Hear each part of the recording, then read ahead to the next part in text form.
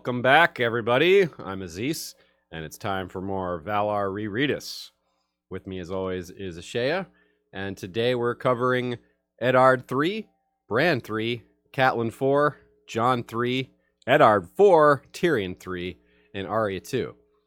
You know, Ashea, someone mentioned that when I said, you know, these chapters, Arya 2, Tyrion 3, like, the numbers don't mean a lot. I believe it was Sir Buckley, he said, we need to start referring to them like we do Friends episodes, like the way they do the one where Rachel and Ross have a fight. Well, that's like all of them. But yeah. I think that's a great idea that we could start doing and give our alternate names that we could start with next week and maybe even look back. Yeah, that's a good idea. We'll think about that because the farther we get, the less meaning. They don't have a lot of meaning now, and they're going to have even less meanings. Like Eddard 9, like I don't know which one that is.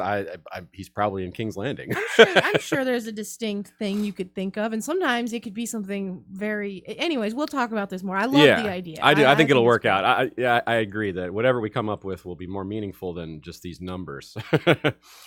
A reminder that we will not have an episode next Sunday. I will be out of town at the Agora Intelligent Speech Conference in New York City. I hope y'all can come by if you're in the area. And I also want to mention that our co-writer Joe Buckley has his podcast Isle of Faces, and they are also covering sort of piggybacking the reread we have here, and he is contributing a lot of notes and thoughts to the episodes, and a lot of them, there's too many for us to put them all in the main Valar Rereadis episodes here. So check out isleoffaces.podbean.com for extended coverage of these chapters. And I also want to give y'all a quote from one of our members of our Facebook group who's doing the reread. I thought this kind of does a good job of encapsulating how a lot of people are feeling about this so far.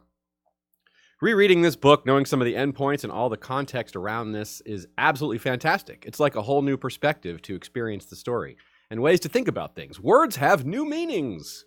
The amount of content in these first few chapters is baffling. The relevance to word ratio is off the charts. And that's from Tyler Cass from our Facebook group. That's the kind of enthusiasm that we're seeing, and I'm right there with y'all. This is super fun, and I agree with all that. Even though I've read this story as many times as anyone, I'm blown away by all the new interpretations that not just I'm having, but that you all are having as well and contributing, and we're all getting that into these episodes and sharing it together, and it's just so great. A couple of quick prior questions from last episodes. Sir Raywin Hill asks, in Tyrion 2, Tyrion is reading a book on dragons taken from Winterfell. Could this have been brought over with Jon when he traveled to Winterfell as a baby? Was this meant for him to read? You know, I definitely never considered that. I would think it was not brought over for him it was not meant to read it, I don't think, because I'm guessing Ned never intended to tell Jon who he was. I'm guessing he intended to keep that a secret for good. But do you really think so? I mean, I lean that way. I'm not super confident. Do you think he's going to come back and completely lie to him? I don't know. I'm not sure, but I mean, he's been lying to him for this long. I don't know why we wouldn't keep it going. He comes into his own majority, and you know he has his own agency to go off and do that. I mean, if Robert were dead, maybe he was allowed because he wouldn't have passed his hatred of Targaryens on to Joffrey. Yeah, that's a great point. Maybe if Robert were dead, but Ned would still know that this could lead to a civil war. So yeah, it's a good point, and it's also, you know, Ned may have taken the promise literally, whatever the promise was, and if the promise was never tell, then that's it, you know. We just have to know what the promise is. Until Robert dies. Yeah, never tell until Robert dies. Yeah, that probably wasn't the way it was worded, but she drew up a contract real quick. Okay, that was actually the only question from prior episodes we have. So let's go to Eddard 3. The first line is, "They've found her, my lord." That's kind of ominous when we know what happens. Not for her specifically, although it is bad for her, but it's worse for others. Ned's friend sits in judgment over hearsay, something he'll have to do himself regularly as hand, except it won't be the word of children. And this is yet another execution for Ned. Similarly, Sansa is conflicted, but the loss of her wolf wasn't part of her dream of marrying the prince. One unlucky direwolf makes us all cry, but we hope the other one comes back with a vengeance someday. So Robert it's kind of his first example of actually having to be a king, and oh yeah, this is not what Ned wanted. He was a little worried about something like this, but the reality of it was maybe even more than he expected. He wasn't fully prepared, I think. And yeah, it's rough for him. He's realized something that in each of the first few POVs, there's kind of a building pattern here. First of all, it's the obvious that Robert has let himself go physically, which is maybe a sign of how he's ruling the kingdom. And in fact, it is a sign of how he's ruling the kingdom. He has this similar attitude that he had 15, 18 years ago. He still pines for Lyanna. He still absolutely loathes Targaryens unreasonably. Still talks about the way it was. He's wistful for what he used to be and what they used to be. And now here he realizes that this is absolutely all spilled over into his ruling, which he was never good at, apparently. He was never, more than adequate at best. And he has no energy for it, and doesn't really have the ethics for it. He's not not cut out for it at all, and has never tried to make himself better at it, as far as we can tell. So there's just a lot of things in all these chapters. It's one of the interesting things about A Game of Thrones, as sets apart from the other books, is how much proximity we have from a lot of the POVs to each other. Eddard and Catelyn meet up again. Eddard and Sansa and Arya have a lot of crossover in their chapters at this point. And Jon and Tyrion have a lot of crossover in their chapters at the Wall. That starts to be a lot more rare throughout the rest of the books. There's just less crossover. The characters are in much different locations. And so what we get here is multiple looks at the same thing, which we get less and less of the more the books spread out. And here, also for Ned, an overwhelming arc for him that starts almost right away and continues basically until his final chapter, is just things that remind him of Lyanna and the Promise and his fights with Robert over dead children and just dead children, things like that. I mean, in this chapter, we have a child presented to him with a bloody cloak thrown over him, and that's just exactly what we're talking about here. And Ned can also see that it's not just Robert who's not a good ruler, but the people influencing him. And that's a big part of it, because he doesn't really resist their influence for the most part. It's pointed out here that he's slumped in his chair. It's a really effective way to let us know that his posture indicates a lot about his attitude. He just doesn't want to be there. He hates it, and he's uncomfortable, and he once again isn't meant for this kind of thing. And their leadership styles are really opposite, aren't they? Ned sees all this as his duty. He's protective, and maybe caring isn't quite the right word, but compared to Robert, it certainly is. Robert isn't that protective in that sense. He's more of, he doesn't want to be seen as not protective. He doesn't want to be seen as a failure. It's very cynical politically in that sense, that it's more about how he looks. And as we know, in reality, he's an embarrassment in public a lot of times, especially as we'll see next time when we get the tournament. It's also clear that he seems to be worn down by Cersei. He doesn't like arguing with her. He isn't good with words. He's not great at arguing, kind of like Ned. It's not his, he would rather fight with fists and hammers and things like that. And someone like Cersei has infinite patience, in a sense, for arguing and debating these things. And Robert just gets worn down and doesn't even try to, for the most part, resist what she wants. And what she wants is pretty selfish and dark, and gets worse, as we know. But the getting worse part mostly happens after Robert's dead. And this indecision here is really, it's really embarrassing, right? He says, one kid says one thing, one kid says another, what am I to do? Have you never seen kids argue before? I'm not a parent, and I know that this is extremely common for one kid to say one thing and another kid to say the other. And a lot of times, one of them isn't even lying because it's a matter of perspective. And kids, a lot of times, don't know how to parse that quite as well as adults. Sometimes they do it better, if we're being honest. But in this case, it's kind of laughable that Robert is like, what am I to do? Like, yeah, how are you going to handle adults that are good at lying, which he certainly has had to do in the past. He's been king for a while. But it just kind of goes to show that if this is how he typically handles things, ugh. And it's a big statement on how a ruler should be. And that's a huge discussion that's a big part of the entire series. It's a huge part of coverage of the TV show. It's a huge part of coverage of the books. And what makes a good king, what makes a good ruler, what makes a good mother, what makes a good father, what makes a good queen. These are all really interesting, thought-provoking discussions that come from our fandom. Of course, they come up in other fandoms too. But they have their own unique qualities here in Game of Thrones, Song of Ice and Fire.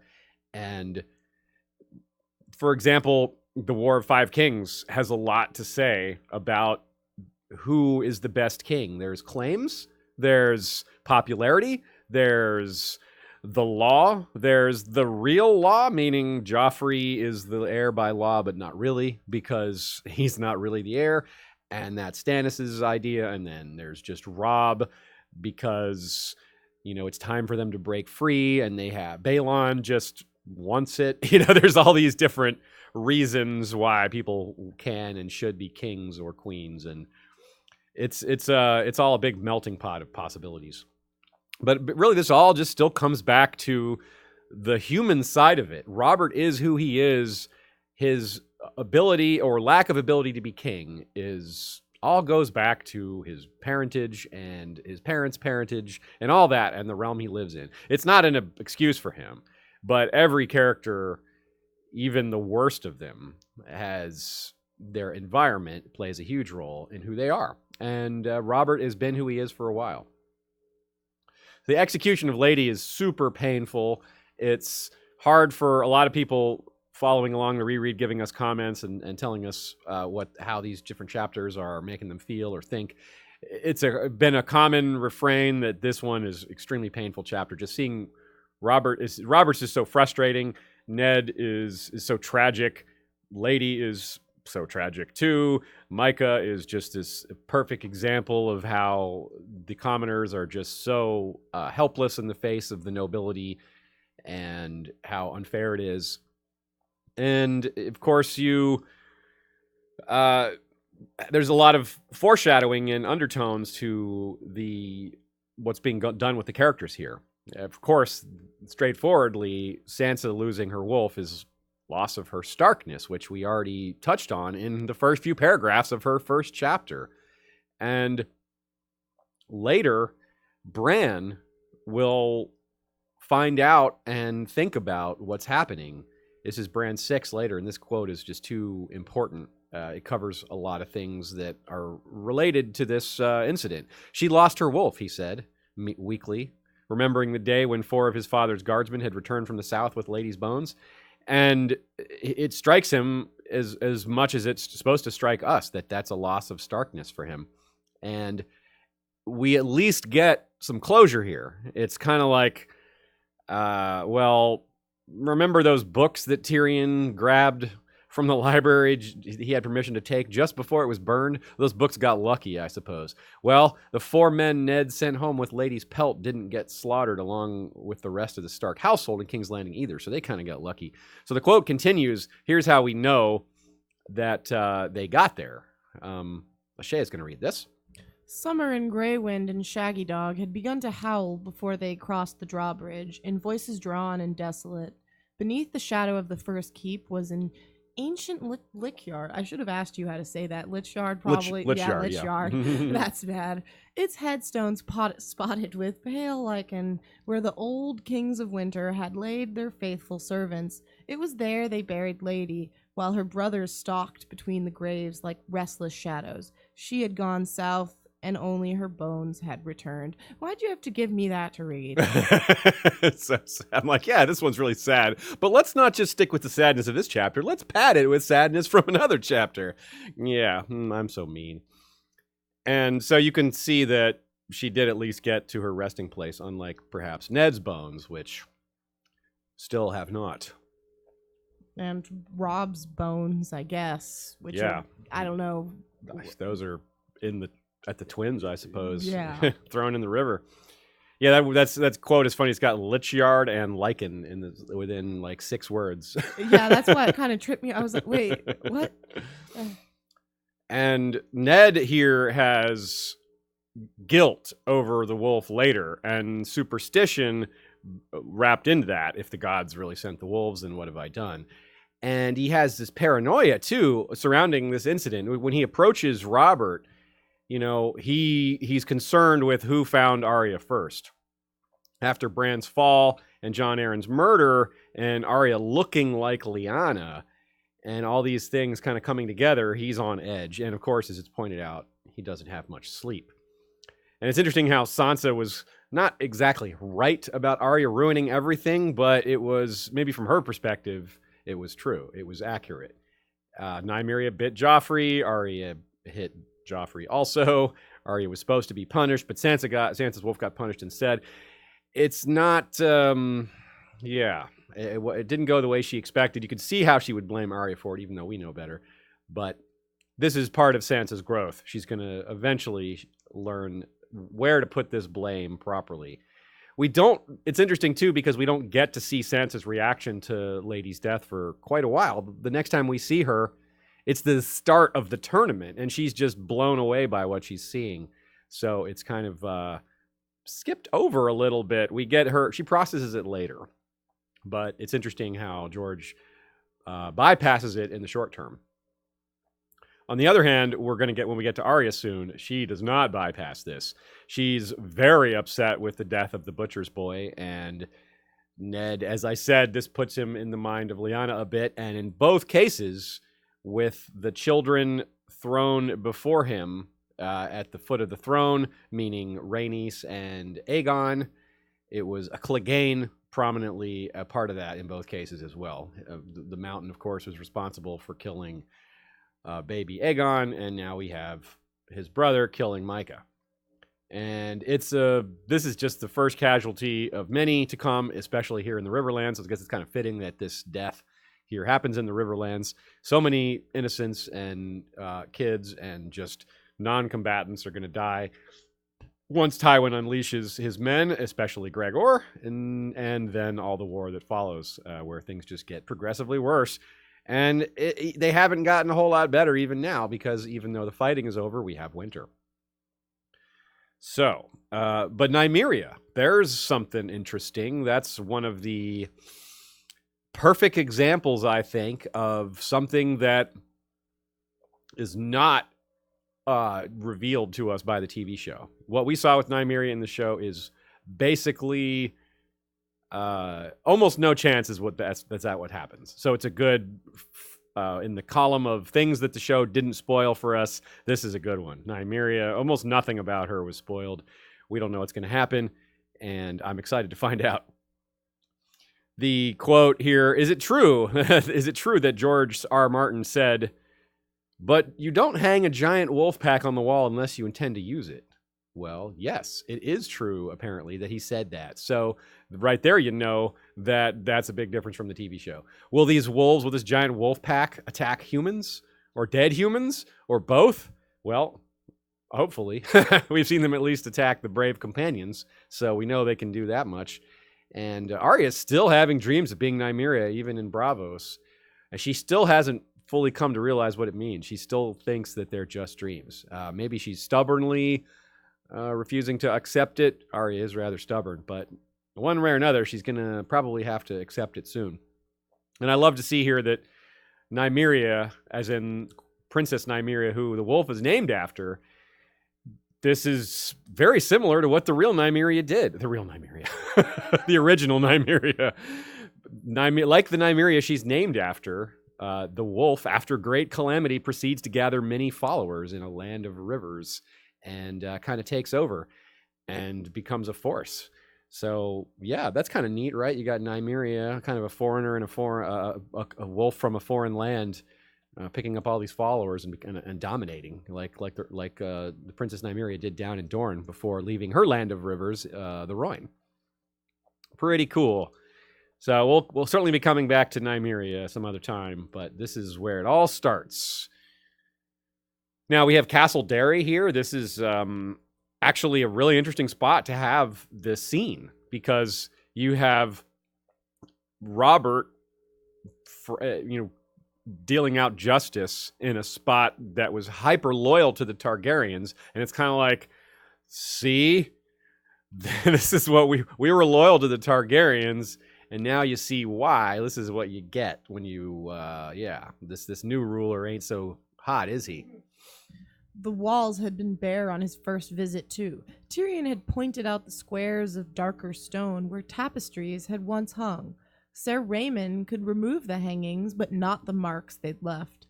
Later, the imp had slipped a handful of stags to one of Derry's serving men for the key to the cellar where the missing tapestries were hidden. He showed them to Jaime by the light of a candle, grinning. Woven portraits of all the Targaryen kings from the first Aegon to the second Aenys, which should be Aerys. Yeah, it says Aenys in all copies I've seen, but there was no second Aenys, and Aerys is, of course, who it should be, because he was the last There shouldn't king. have been a first Aenys, let's be real. Yeah, that name just never should have happened. So that's from A Feast for Crows, Jaime. And that's kind of a callback to this scene. And this happens because Jaime is visiting Lancel before Lancel runs off to join the Faith. He was briefly Lord of Derry, because these Derrys got wiped out by, who? Oh, Gregor Clegane. Gregor Clegane kills the Lord of Derry with he and his men, ambushing them after Ned sends them out to arrest him for, attacking the Riverlands. And then later, Gregor and his men attack Castle Derry and kill the young Lord Derry, who inherits after his father is killed by Gregor the first time. So Gregor really did a number on the Derrys. You know what that quote tells me? What's that? The real name of this book series should be A Song of Missing Tapestries. Because we obviously have those other tapestries that everyone's like, where are they? Chekhov's tapestries. So it also, the Targaryen business here, the castle and the Derry stuff, Ned wouldn't miss that. He would be reminded of who that was. And it frames things interestingly, because it puts things in the mind of the rebellion, and it's a tie into Dany's story, because Dany's early thoughts include the staunch loyalty of Sir Willem Derry, who was not of the King's Guard, but just as loyal as they were. And important to Dany's early memories of being protected, from what little she was protected. And Joffrey here. Let's talk for a second about Joffrey. He's just... Joe Buckley wrote the notes here. He couldn't have played it up more. Imagine him coming in a wheelchair with all his legs bandaged up, limping, just all because he got bitten on the arm. Just really trying to play it up, acting like he was trying to save this poor puppy when bad people set on him. It's just, there's nothing. Again, we talked about Joffrey, how it's uncomfortable to be happy with slapping a kid, and friend of the show, Brian Eidolon, had a fantastic post on Facebook about perspective and how even Joffrey can be made to look like a good guy, but it's still really hard to see Joffrey as anything other than terrible when you keep getting moments like this. Because we know what happens. Ned thinks he knows what happened because he's an adult and can tell how kids lie. But we know for sure. We saw it through Sansa's eyes. And Sansa is biased towards Joffrey, and it still looks bad. So there you go.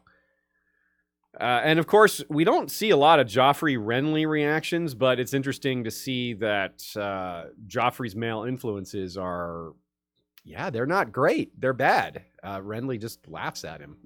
Now, like Ned and like Tyrion, maybe, or sorry, not like Ned, but like Tyrion with the slap, perhaps he's just been around Joffrey a lot and is just sick of it. But still, it's interesting to see that this is what he grew up around. And talking about when Robert says, I'll discipline my son, you discipline your daughter, let that be the end of it, which, hey, that would have been good. That would have been a fine way to handle it if Cersei had not allowed it, or if Robert had, not allowed Cersei to force him into a different course of action. And Cersei is so intent. We talked about this before. She really wanted to stop the direwolf from getting to King's Landing. She mentions this in one of the first scenes we see with her. But we don't get an answer to why. It's comes off as petty, and maybe that's all it is. But this is sort of maybe not foreshadowing, but predicting what we're going to see when we get into Cersei's head, which is that she's really, really big on paying attention to slights and attitudes and pride, things like that. She is very much proud like a lion. She has that animal metaphor down, and little things like this really matter to her. She's all about the petty personal victories, and this is the beginning of that.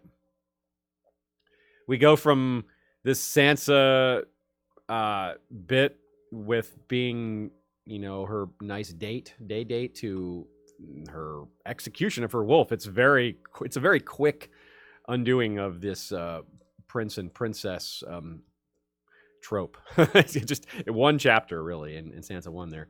So it's interesting, too, that we have Ned's perspective here. For a lot of times we've talked about throughout these early chapters is that Ned is a great protector, but he's not great with understanding his kids' personalities. And this is another example of that. Listener Andrea Chambers from our Facebook group says this is another example of Ned not thinking about his children properly. He dragged Sansa in front of Arya, in front of the king and Cersei, and in front of the court to talk about what happened. Yet he later tells Arya, don't blame Sansa for standing up for her betrothed and for backing his story. Well, if you thought that was a possibility, then you shouldn't have brought Sansa in at all. You should have just not put her in front of the crowd like that and forced her into that tough decision where you kind of would have guessed, if you had thought about it, that she would have answered the way she did and that she wasn't going to help. Yeah, her testimony did not help. And basically the point is Ned should have seen that coming. Now, shout out to Girls Gone Canon. Stephanie the Peerless points out that she's pretty sure it was them who point out that Ned very frequently is on a lack of sleep, starting from this previous chapter, Ned 2, where he's woken up early because Robert wants to go riding and talk about the marriage of Daenerys and Khal Drogo.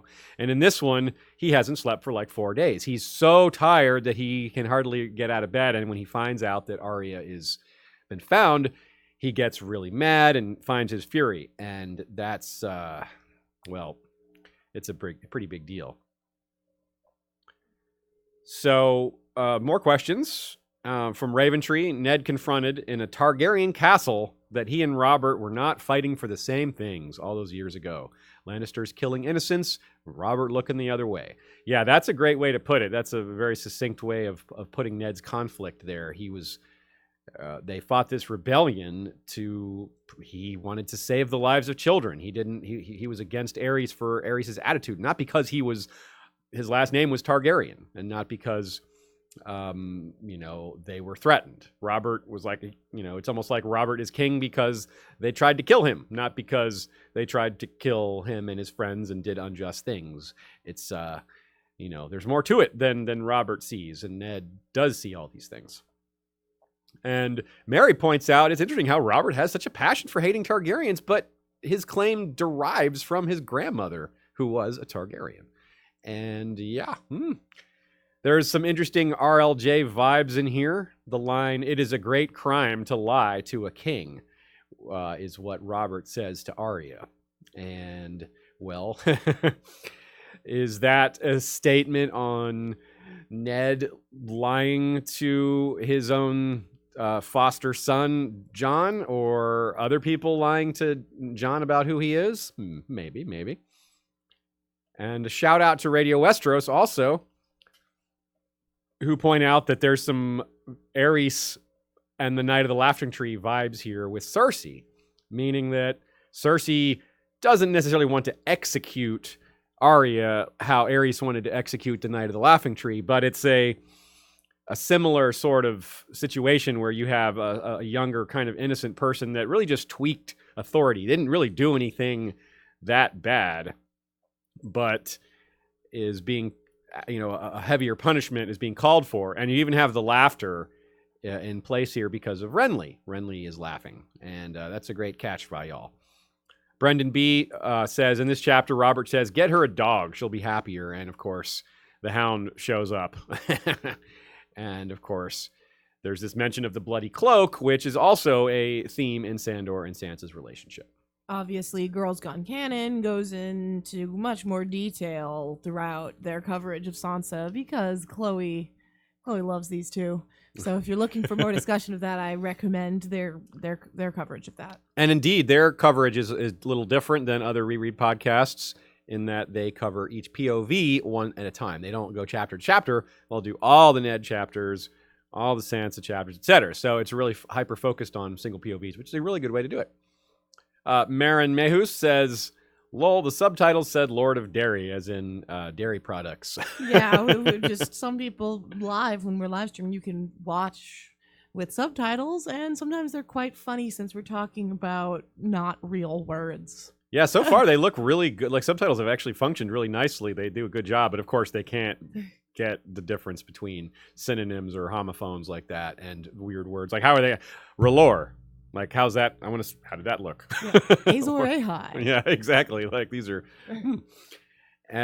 Up from Under Winterfell says they're giant scary wolves. She's more of a cat person anyway. It's a good point. Cersei it doesn't have to be petty. It's just, those are giant scary wolves. But she hated them the way she hated them, the way she described not liking them. It seemed like it was more than that.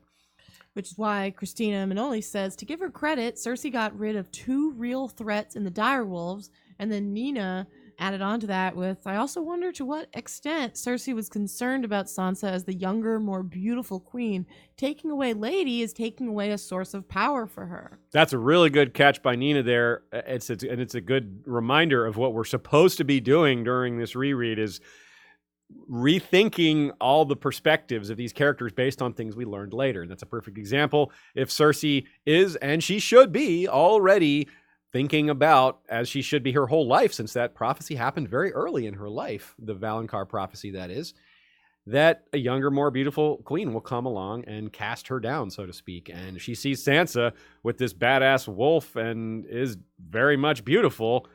Well, yeah, there you go. That would make her nervous. I do wonder, however, how much George himself had, planned for that in A Game of Thrones.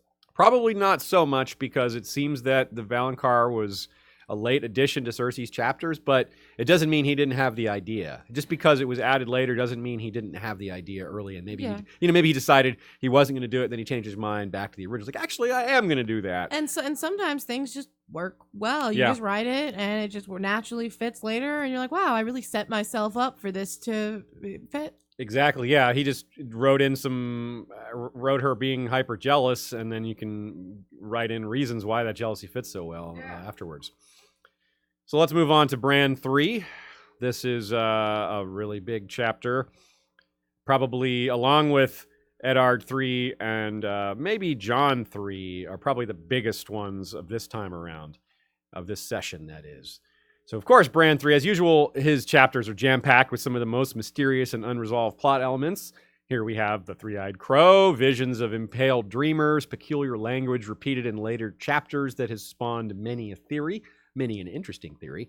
I would love to know the sheer numbers of minutes humankind has spent analyzing this particular chapter. It would probably be one of the highest totals there is. Certainly this book, if not the whole series. But along with all that mystery that people spend so much time poring over, there's also some fairly straightforward plot connections and foreshadowing, some groundwork for what's to come, such as Bran naming his wolf Summer at the closing of this chapter just after he's opened his eyes. The first line is, "It seemed as though he had been falling for years," and Sir Buckley put here in the notes that maybe that is a reference to the minor time travel jump that Bran may or may not do with regards to Hodor, or when he speaks to his father through the tree in A Dance with Dragons, apparently. So whether he can actually travel, quote unquote, through time, or just speak through it, or just interact with the past, well, maybe this is a sneaky, subtle reference to that by the way this has been worded. He is in a coma for a little while, but of course it's nothing like years. It's more like a month, maybe? It's not entirely clear. So we should examine the possibility, as we didn't necessarily know the first time we read this chapter, which is that this is not just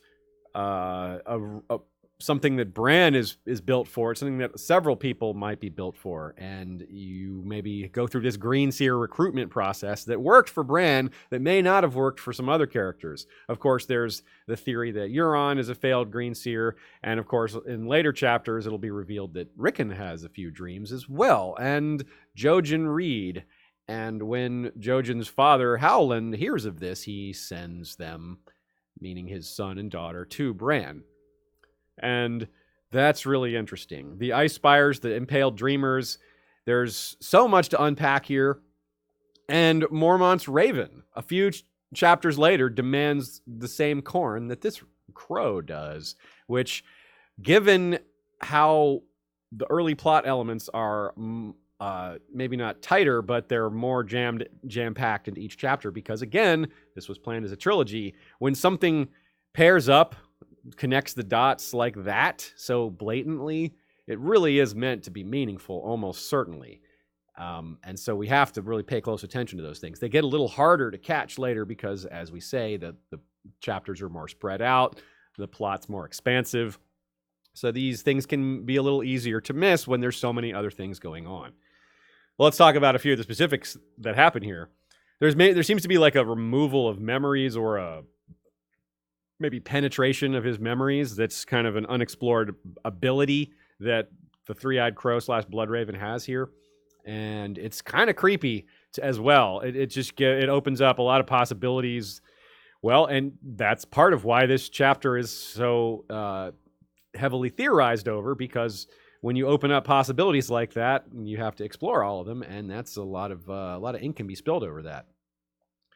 It's maybe a little bit reminiscent of Varamir's prologue, when he is forcibly trying to take over a human, and later on when we see Bran, grabbing into Hodor. And it might be sort of a related version of those powers when you have Bloodraven visiting, a child who has been severely injured and getting into his head and, impacting him, forcing him to do things and making him think about certain things. And so we should consider a lot of these visions, whether they're foreshadowing, faux shadowing, or just an extension of showing us, the reader, what his powers are. We have some very clear examples that show us that some of the visions are of the present. Roderick being sick on the ship, very straightforward. Then we have Arya holding secrets in her heart, and that's, whatever secrets those are. From his perspective, Bran doesn't know what they are. And we wonder, too, because he says, one of the lines is, "And if you don't," meaning, and if you don't fly. And we have another line, "Death reached for him, screaming." It's alive. That death has a personality here. It's an aspect. It's a force, not just an end state of life. And there's a question here that I think is pretty interesting. Would Bran have lived at all? Would he have come out of his coma ever if not for the Three-Eyed Crow? Was he a helper in that regard? Or that's a good question. Yeah, I mean, we see Bran's perspective as he's climbing and led to the tower, so we could probably guess that it's not like that would be another question people had is whether he led him to be in this kind of position and how much he actually engineered things. And I don't think we get any clues that he was led to fall from a tower. Yeah, I agree. We don't. Nothing directly points to it. It's worth speculating over, but yeah, we didn't. Yeah. So that would be my question. And so if then he fell from the tower, and then Bloodraven's like, oh hey, like this kid's has some time to be dreaming, and I can reach out to him now. Yeah, it's easier. Maybe I don't know. There's a lot of he's just I mean, if you are a dreamer and you are then in a coma dreaming for a month, then it might be easier to. You might be more susceptible. Yeah, that's a really interesting concept for dreamers in general. It's something that H.P. Lovecraft used in his Cthulhu mythos, which is that it's almost like signals, like radio waves being sent out by these evil beings, these powerful elder gods. And certain sensitive people pick that up and have the dreams. It's not like they're being targeted. In this case, Bran is targeted because the Bloodraven is actually speaking to him directly.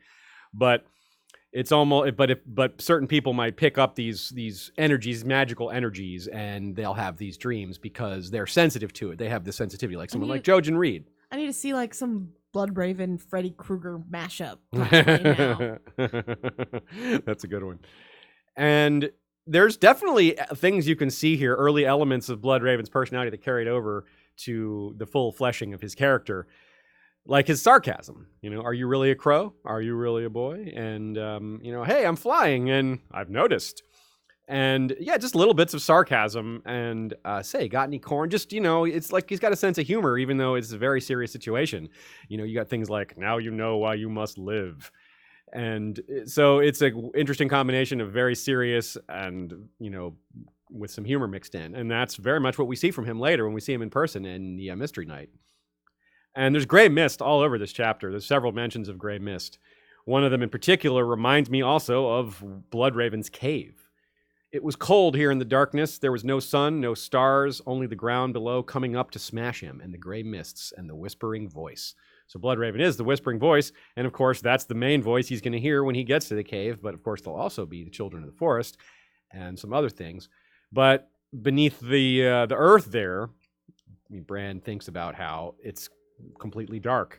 Later in A Dance with Dragons, one of his chapters starts almost exactly that way. Now, if you wonder if these characters, maybe if they failed to fly, we brought up the question of whether Bran would have lived if not for the three-eyed crow coming into his dreams. Well, if Euron is a failed dreamer, he certainly lived.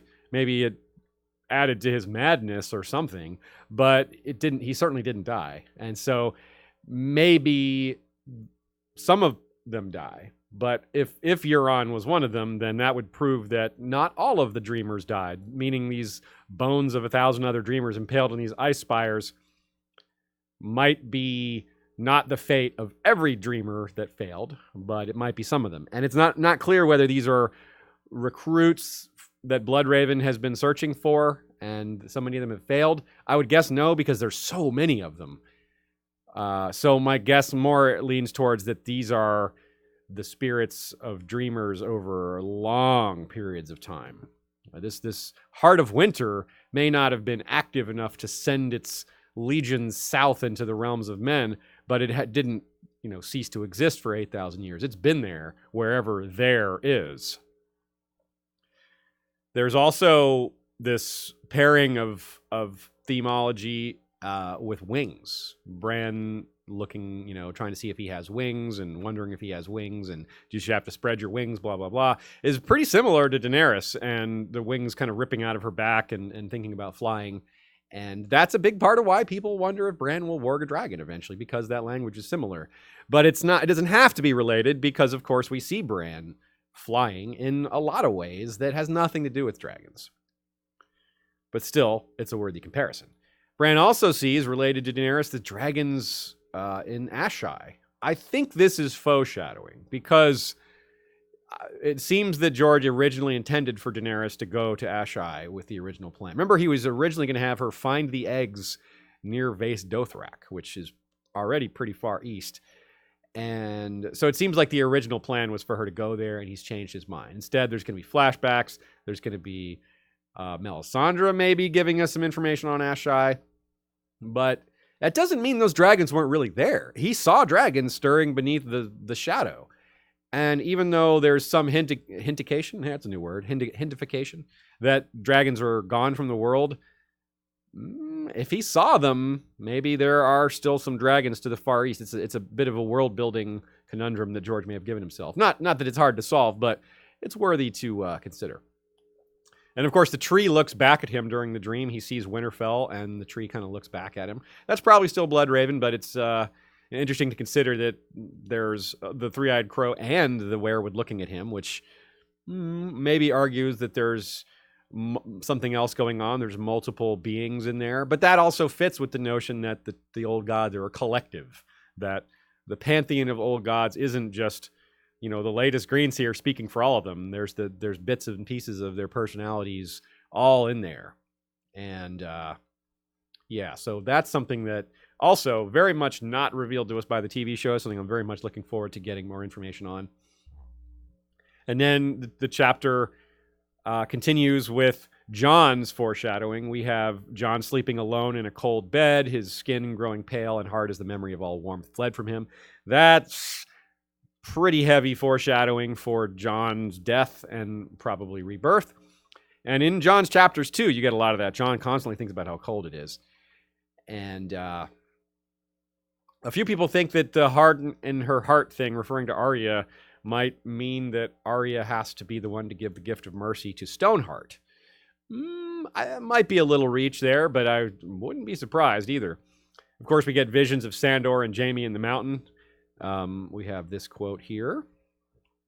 Over them both loomed a giant in armor made of stone, but when he opened his visor, there was nothing inside but darkness and thick black blood. Yeah, the visions of Jaime and Sandor are very straightforward. There's some dispute over the mountain here.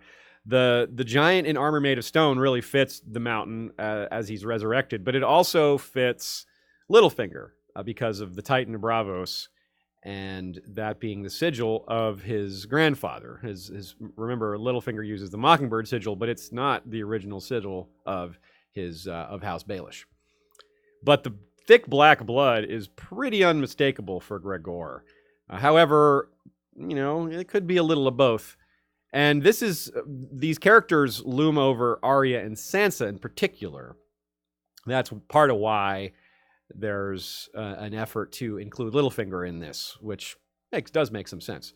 Now, as far as seeing Catelyn in a storm, that's interesting because we talked about Roderick, getting sick over the edge, and he almost falls out of the ship. He grabs onto a rope and almost is lost at sea, which is a detail that I kind of forgot about. It's like, whoa, that's yeah. Roderick doesn't like the ships, and we have, of course, some symbology as well with the name of Bran's wolf. Like I said at the beginning of this section, the name of the wolf, a dream of beyond spring, and there's all this heat and sun metaphors around summer. His eyes are like golden suns or golden pools or whatever it is, and Bran thinks of how he bathes him in like a warm bath, and it's all this heat coming off of his dire wolf. So it's kind of like, instead of a dream of spring, it's like a dream of king. Yeah.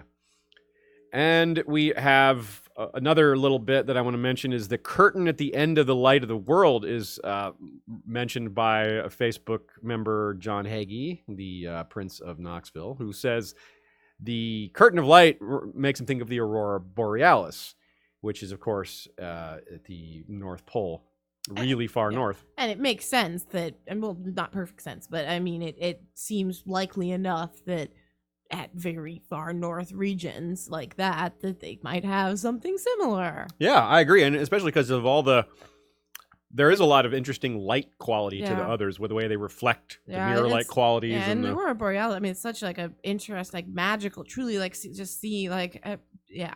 It's a cool thing to associate with the lands of always winter. Yeah. And And Bran does talk about how it's kind of blinding and all that. So that's pretty neat. And the way just anyone who's been out inside in the snow, it's blinding. I mean, just to reflect sunlight off of snow is like, oh, it's so. Imagine if people in Westeros, like in the far north, had invented sunglasses or something like that, just because it was so bad. So you can just picture Northerners like always in these funny goggles. Boy, the memes that would come from that. They already like to put sunglasses on, like Olenna and. Oh no, the Southerners would never be wearing those.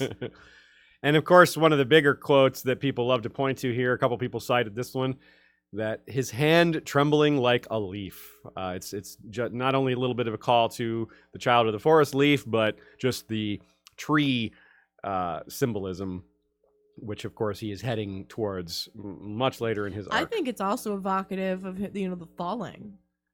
Yeah, okay, great point. Yeah, falling like a leaf. Which hey, is good what point. makes honestly these series so much prose and just beautiful writing is that just a sentence as short as that can be so evocative of so many things, which is what poetry does.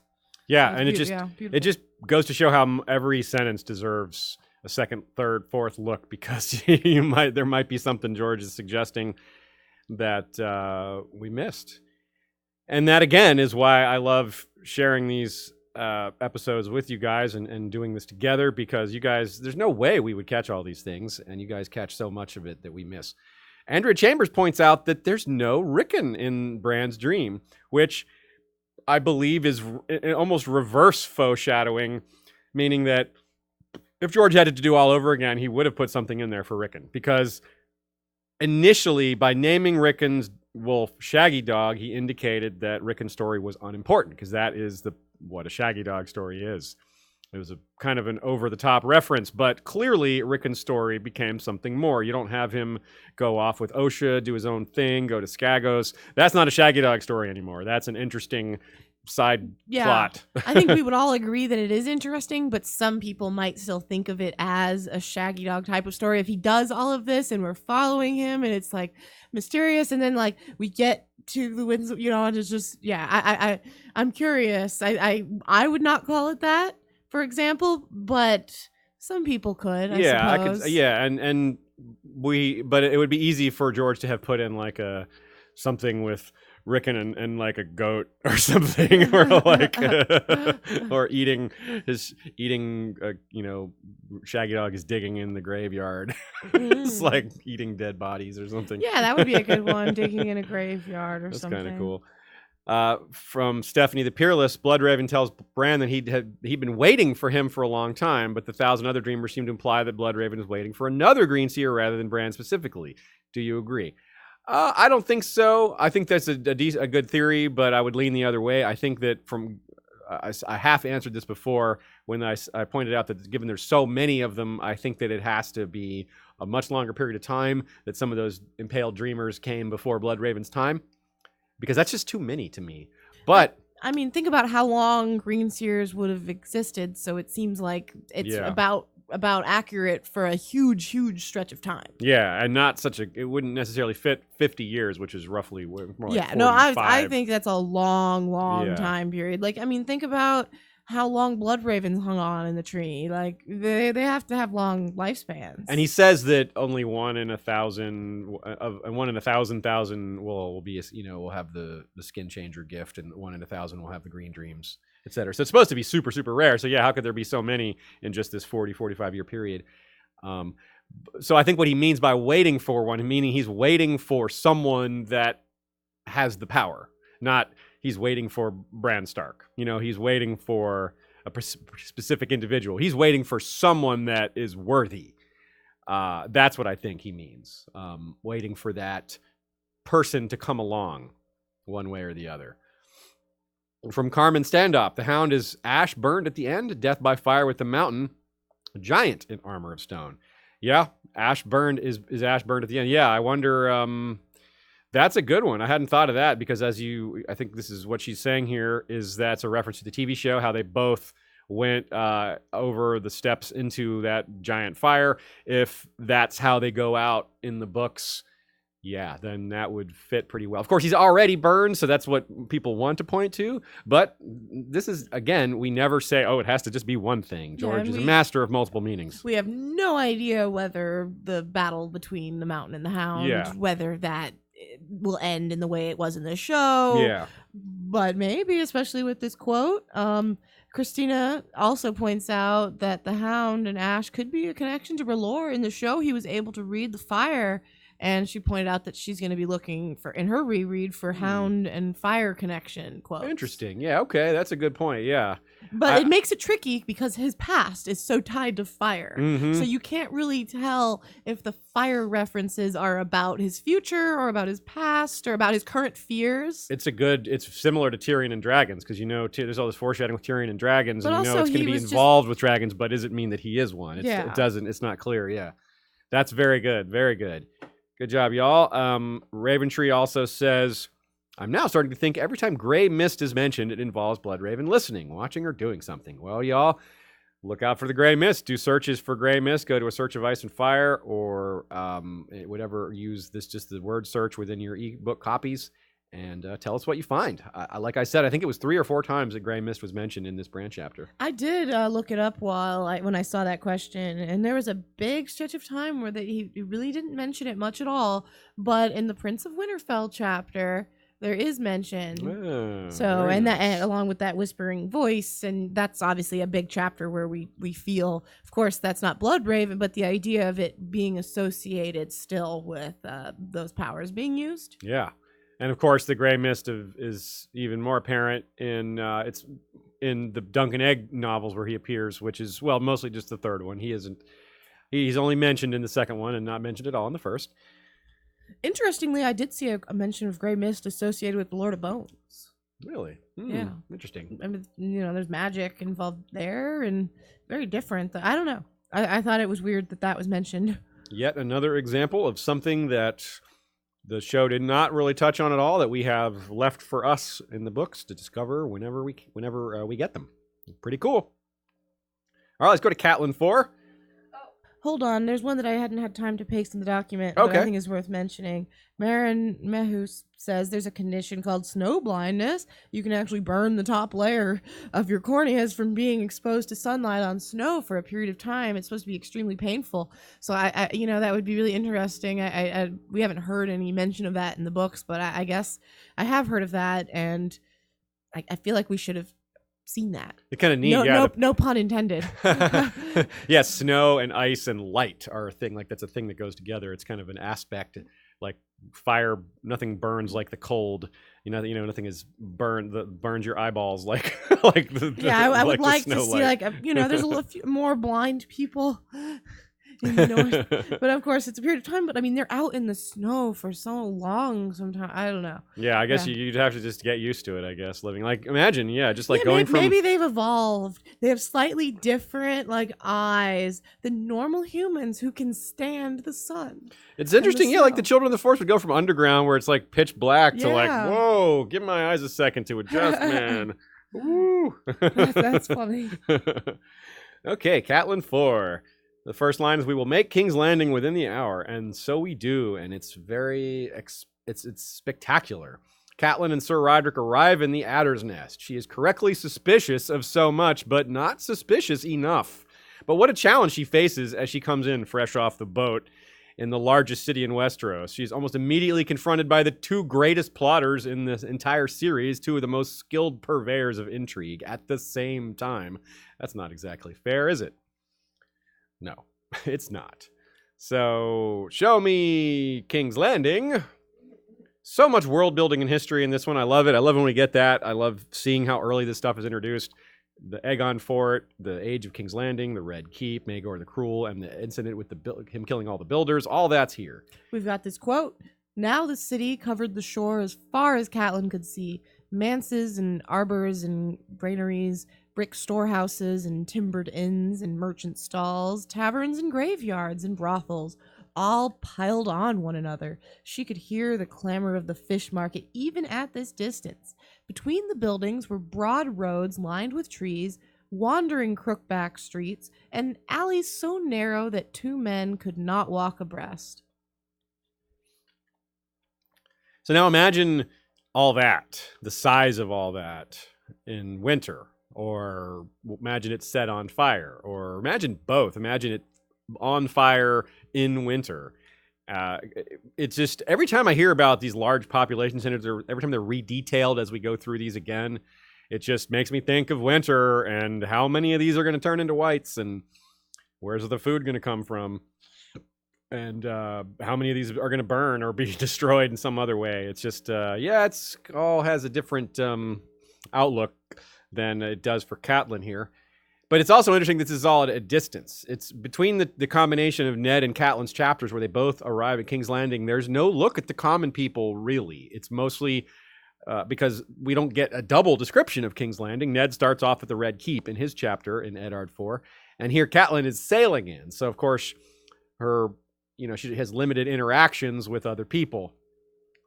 And that's a bit of how the story goes for quite a while. Mycah is a rare example of a commoner getting involved in the story. That happens as George expands the story. We see more and more of that. Mostly, these kind of characters are kept at a bit of a distance, only to become closer and closer as the story moves on. We see repeated mentions of some of the free cities and places around the world that weren't even given maps at this point. George had them loosely in his mind, but there were no maps of places like Pentos and Lys and Ib, but they're all mentioned in not just this chapter, but other chapters. And it's really cool to see them mentioned, repeated, how often they're mentioned this early. I had forgotten that how often a lot of these are mentioned. Of course, we have a Tyroshi captain here, and Tyrosh is, of course, very important later in the story. It's the home city of the Blackfire matriarch, Rohan of Tyrosh, among other things. Catelyn takes note of Visenya's Hill and the Great Sept, the Hill of Rhaenys and the ruined Dragon Pit, the Street of Sisters. The quote Ashea read is only a part of all the things that Catelyn takes note of. It's really very cool. And now, at the beginning of this section, I pointed out that Catelyn is right to be suspicious of people, but it's kind of a theme of this chapter that she's not suspicious enough. She is correctly wary of the ship captain Moreo and whether or not he'll give her bonus to the oarsmen that she promised. She suspects he would keep it himself, but she doesn't properly suss out his intention when he recommends an inn to her. She's like, oh yeah, I'll go to this inn that you recommended. Well, later in I think it's a Feast for Crows, might be a Storm of Swords, when Jaime is wary of the old couple that turn out to be a front for the Brotherhood, and they are he tells them that this couple tells them where they can find I forget what it is where he tells them, but Jaime's like, we're not going there. We're not going where he told us to go. That's clearly an ambush. And it's the same kind of thinking. If you have this suspicion about somebody, don't go to the place they're suggesting. So it's a good example of that. Now, of course, because we're detail hounds, we had to look to see if Moreo or his ship, the Storm Dancer, ever appear again. And Moreo does not, but the Storm Dancer does. It pops up in White Harbor during Davos 2, A Dance with Dragons, the one where he's hanging out at a CDN listening for news. Hey, it's that Friends title. And Sir Buckley says, I wonder if Varys hears from this captain, Moreo, or whether he has someone in White Harbor collecting whispers, or both, and a lot of the realm disregards gossip from the north, but Varys wouldn't do that. Varys would not leave the north out of his calculus and his plotting and his whispering collection.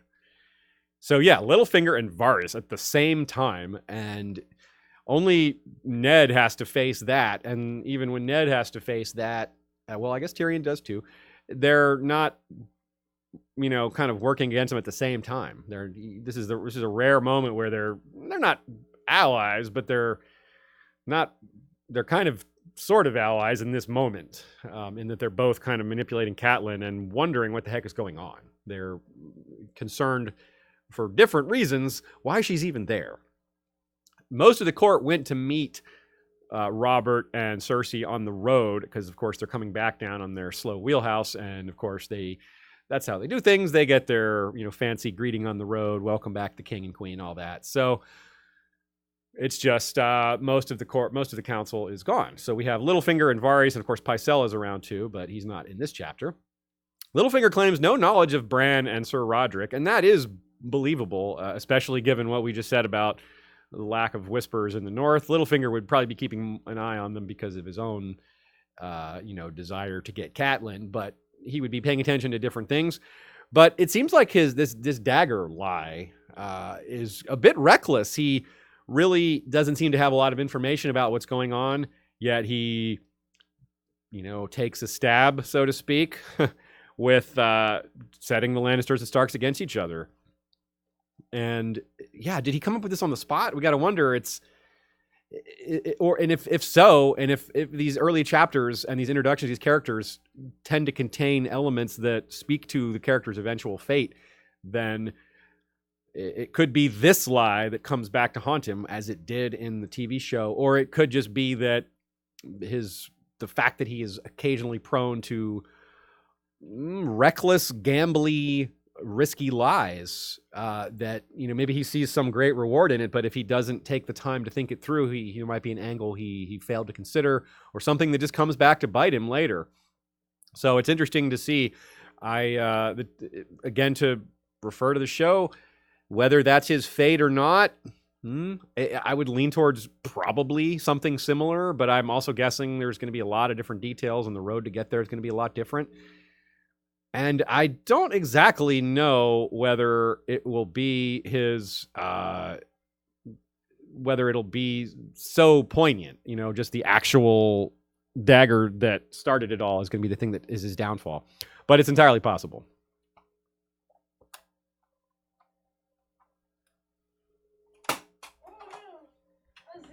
Dropped his mouse. I'll go get it for him. I got it. Oh, you got it? Yeah, the mouse actually stopped working for a second. I had to unplug it and plug it back in. Oh. Okay, so if he had just said the dagger was Robert's, for example, then would that have worked? Could that have still put Lannister versus Stark? It might have still gone the same way. And he didn't know Catelyn was going to run into Tyrion. He didn't know it would cause that particular fight to break out, so to speak. So, and he's saying it in front of Varys, someone who could call him out. So it does seem kind of reckless, and maybe it's just a function of George not having fully fleshed the character out the way he wanted to, because Littlefinger is a bit reckless with his lies, but he's also very skilled with them. He takes chances, but maybe this might be the most risky lie he tells in his entire arc. So maybe that's why it does come back to bite him in the end, but we'll see. Now, there's also different techniques of Varys and Littlefinger here. Littlefinger's more buddy-buddy, kind of trying to reference their shared history together. He brings up her family motto, and, which is a clever thing to do. He's kind of, you're a Tully, not a Stark. He doesn't want her to think of her Starkness.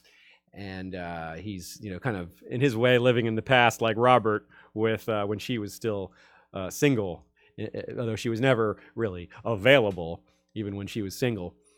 And he also, since Varys isn't there right away, he's got a minute or two with her alone and wants to make use of that time before Varys arrives.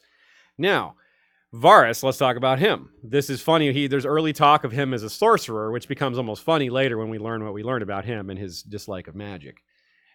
There's a lot of parallels / foreshadowing / ties to Viserys here, which, as we learn, is a thing. His plots with Illyrio do involve, bringing Viserys over as a scapegoat or as a smokescreen. And there's some interesting parallels here to tie the two together. Very early on, Varys has this purple silk, and he smells like lilac. Both Ned and Cat note the lilac smell. Personally, I don't even know what lilacs smell like, but they both took note of it. The idea that, Ned and Catelyn know their flower smells that well, or that any people do, is one of those details in writing sometimes that I don't think about much during it, but when you really do think about it, you're like, do people really think, he smelled of such, and, I've never been like that. I don't know. And maybe that's the point. Maybe that's part of why it makes it stand out more, that you're meant to pay more attention to it. I would still be like, he smelled of flowers. But he wanted a specific flower, a purple flower that, reminds us of the purple eyes, because lilac is the color of Viserys' eyes. And, of course, Varys and Viserys. I mean, hello. The names. So, this is a way of kind of presenting us with both of these, like, uber arch plotters while showing the differences between them. And even though they appear to work together here, we learn later that's not at all a thing. They're not really sharing information too much, although they do learn the same information via similar methods. They both are spying on a lot of the same people. And it's interesting how that game goes back and forth. The TV show gives us scenes with them, which the books can't give us. And, some of those scenes are pretty good. Some of them aren't. But the way they go back and forth, they kind of overshare some things and undershare others and kind of test each other to see what they know and how they react to it is, at least it kind of gives the idea of what's happening behind the scenes. I will say, just real quick, a bunch of people chimed in and were like, lilacs are very distinctive and strong and memorable and the smell so good. And, okay, right on. But Nina also pointed out that because the flowers show up in tourney crowns, that they might extra know. Anyways. Very nice. So we're on this quote, right? Once you are home? Quote, or were you just pausing? Not quite. Okay. We're close, yeah. But anyways, I liked the tourney crowns idea especially. But anyways, sorry, no shade to everyone who loves lilacs. I think Aziz and I both have a terrible sense of smell, I must admit. It's true. I do not have a good sense of smell. Neither do I. So yeah. And of course, it's funny to think here that I don't know if this pun was intended because they don't call it the cat's paw dagger in the book. That's just a nickname that it was given by the show because it just doesn't have a name and got to call it something. But it's funny to think of it as cat's paw because it has so much to do with Catelyn. And but not really her paw. But not really her paw. She does take a wound to her paw from the, Okay, yeah, you're right. I guess so. And she wonders how Varys knows about the dagger, and this is why she thinks there's this magic, that he's associated with magic. But really, it's just his little birds overhearing Aaron Santagar speaking with Sir Roderick about the dagger, because that's what Sir Roderick went to go do.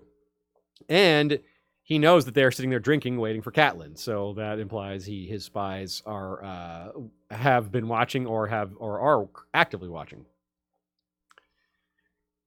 And here's a quote that Sir Buckley took note of that I feel is a good example of Cat's attitude, but it also includes her paw wound. Pain was her scourge, lest she forget. What? It's just that beginning of the beginning of the quote there. Yeah, like, that's not a quote. It's just pain was her scourge, lest she forget. A quick one. I'm glad I didn't start. It's like that does not make any sense. Why does it refer to what we said last week in this quote? And so she feels guilty about what happened to Bran and feels guilty about leaving, and it's kind of like the pain is sort of symbolic of her inability to move on. And it's tough to move on from that, and she doesn't get a chance to because she dies not too long from now, sadly. And the Valyrian steel gets a few mentions. Of course, it's mentioned here, and it comes up in a few other spots, like Sir Alistair's voice is referred to as having an edge like Valyrian steel. So nothing holds an edge like Valyrian steel. That oft-referred, repeated quote is here and in Jon's chapter. And George was dropping that line quite a bit early on here. And so it's something to take note of for the future. Important. And you wonder as well, a couple of questions here about, for example, Littlefinger. Stephanie the Peerless wonders if this is an early clue that Littlefinger controls the Gold Cloaks. And by that, she's referring to the fact that the City Watch comes at his behest to grab Catelyn, and they don't even know who she is because she asks, "Do you know who I am?" And they're like, "Nope, we were just sent to get you," and blah, blah, blah. It's also perhaps a clue that Varys is the perfume seneschal because the mention of how much he smells like lilac and... The show now... What's that? The show. Oh, yes, of course. I mean, just think about it. Like, I don't know. They bring that up a lot. It's true. Okay, and then we have this quote that I want to refer to.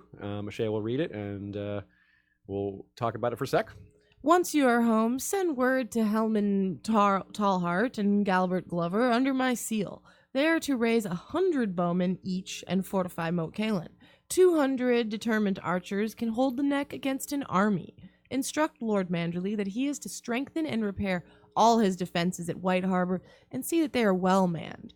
And from this day on, I want a careful watch kept over Theon Greyjoy. If there is war, we shall have sore need of his father's fleet. Indeed.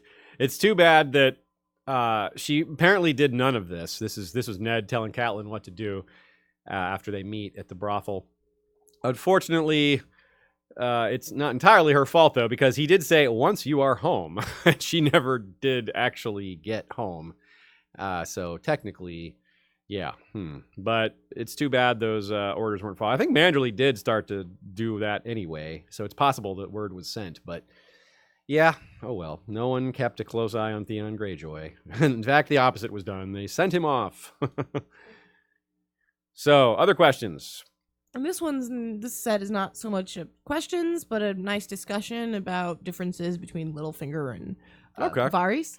Brian E. points out, he's like, Baelish didn't get where he is by betting $1 at a time. Yeah. Raventree, says the differences between Littlefinger and Varys are fascinating. Littlefinger is a high-stakes gambler. Varys is extremely conservative in his gambles. Yeah. And then Brian points out some of the things he did. He could have been caught cooking the books, engaging in speculation, embezzling, while running Jon Arryn's finances, and he would have been killed for it. But instead it paid off.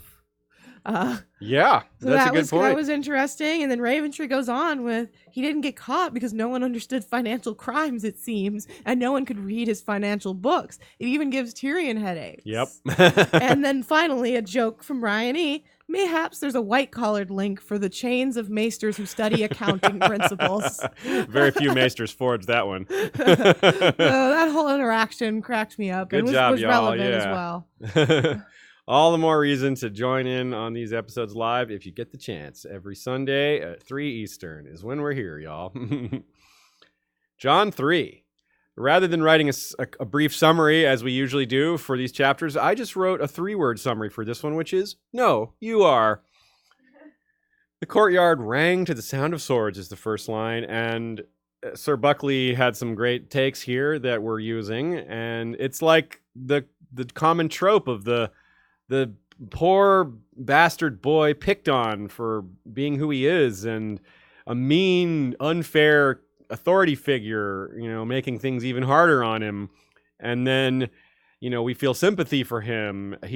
Becomes more of a protagonist because of all this. We want to see him overcome these obstacles and these injustices, only to find out that actually he's kind of an ass too. George flips the script and shows that actually, John, you're being kind of a dick. It's emo John, moody Judy, as Joe writes. He's morose, he's sullen, he's kind of dramatic. It's over the top, but it's supposed to be. But it all kind of comes back around because he's getting these lessons and he's listening, though, right? I mean, you don't see that in this chapter, but as we know, since we know what's coming for the most part, he does learn from this. He takes Donal Noye's lessons to heart. Even some of the things that Sir Alistair teaches him, he takes to heart, even though Sir Alistair is a horrible teacher. It's, some of those things he is right about some of them, even though the way he delivers them is terrible.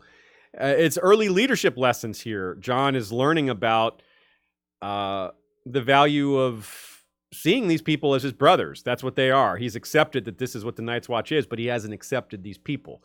And he's taking pride in things like beating people who aren't good at fighting, which is, he's like, why shouldn't I take pride in that? And they're like, and Donal Noye's like, because it's hardly an accomplishment. And we're all like nodding along with Donal Noye, like, yeah, he's right. That is true. And there's, of course, a lot of other little things here, little tidbits like John forgetting what it's like to be warm, which we talked about a little bit in earlier in this episode, and how there's a lot of foreshadowing for him losing his warmth and what Bran sees in his dreams and fighting the others and dying and all that.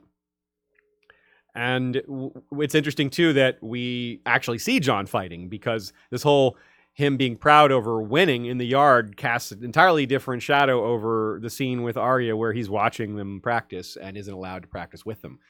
And it kind of like, ooh, he really probably wanted to get out there and prove what he could do given this. But again, it's a minor example of, it's not even getting the answer before getting the riddle, but it is getting the context before getting the setting. So that's pretty neat. And of course we have Jon's mother dream here. He thinks of his of Lyanna. Lyanna's in like every chapter except for a few of Catelyn's maybe in the early going. Oh, and Dany's, of course. So with Sir Alliser Thorne, let's talk about him for a minute. He's old and bitter, but kind of like Robert, he's obsessed with the past in some ways, and but also kind of petty about what little his life has left. And he goes about it the wrong way, but he is dedicated to it, at least.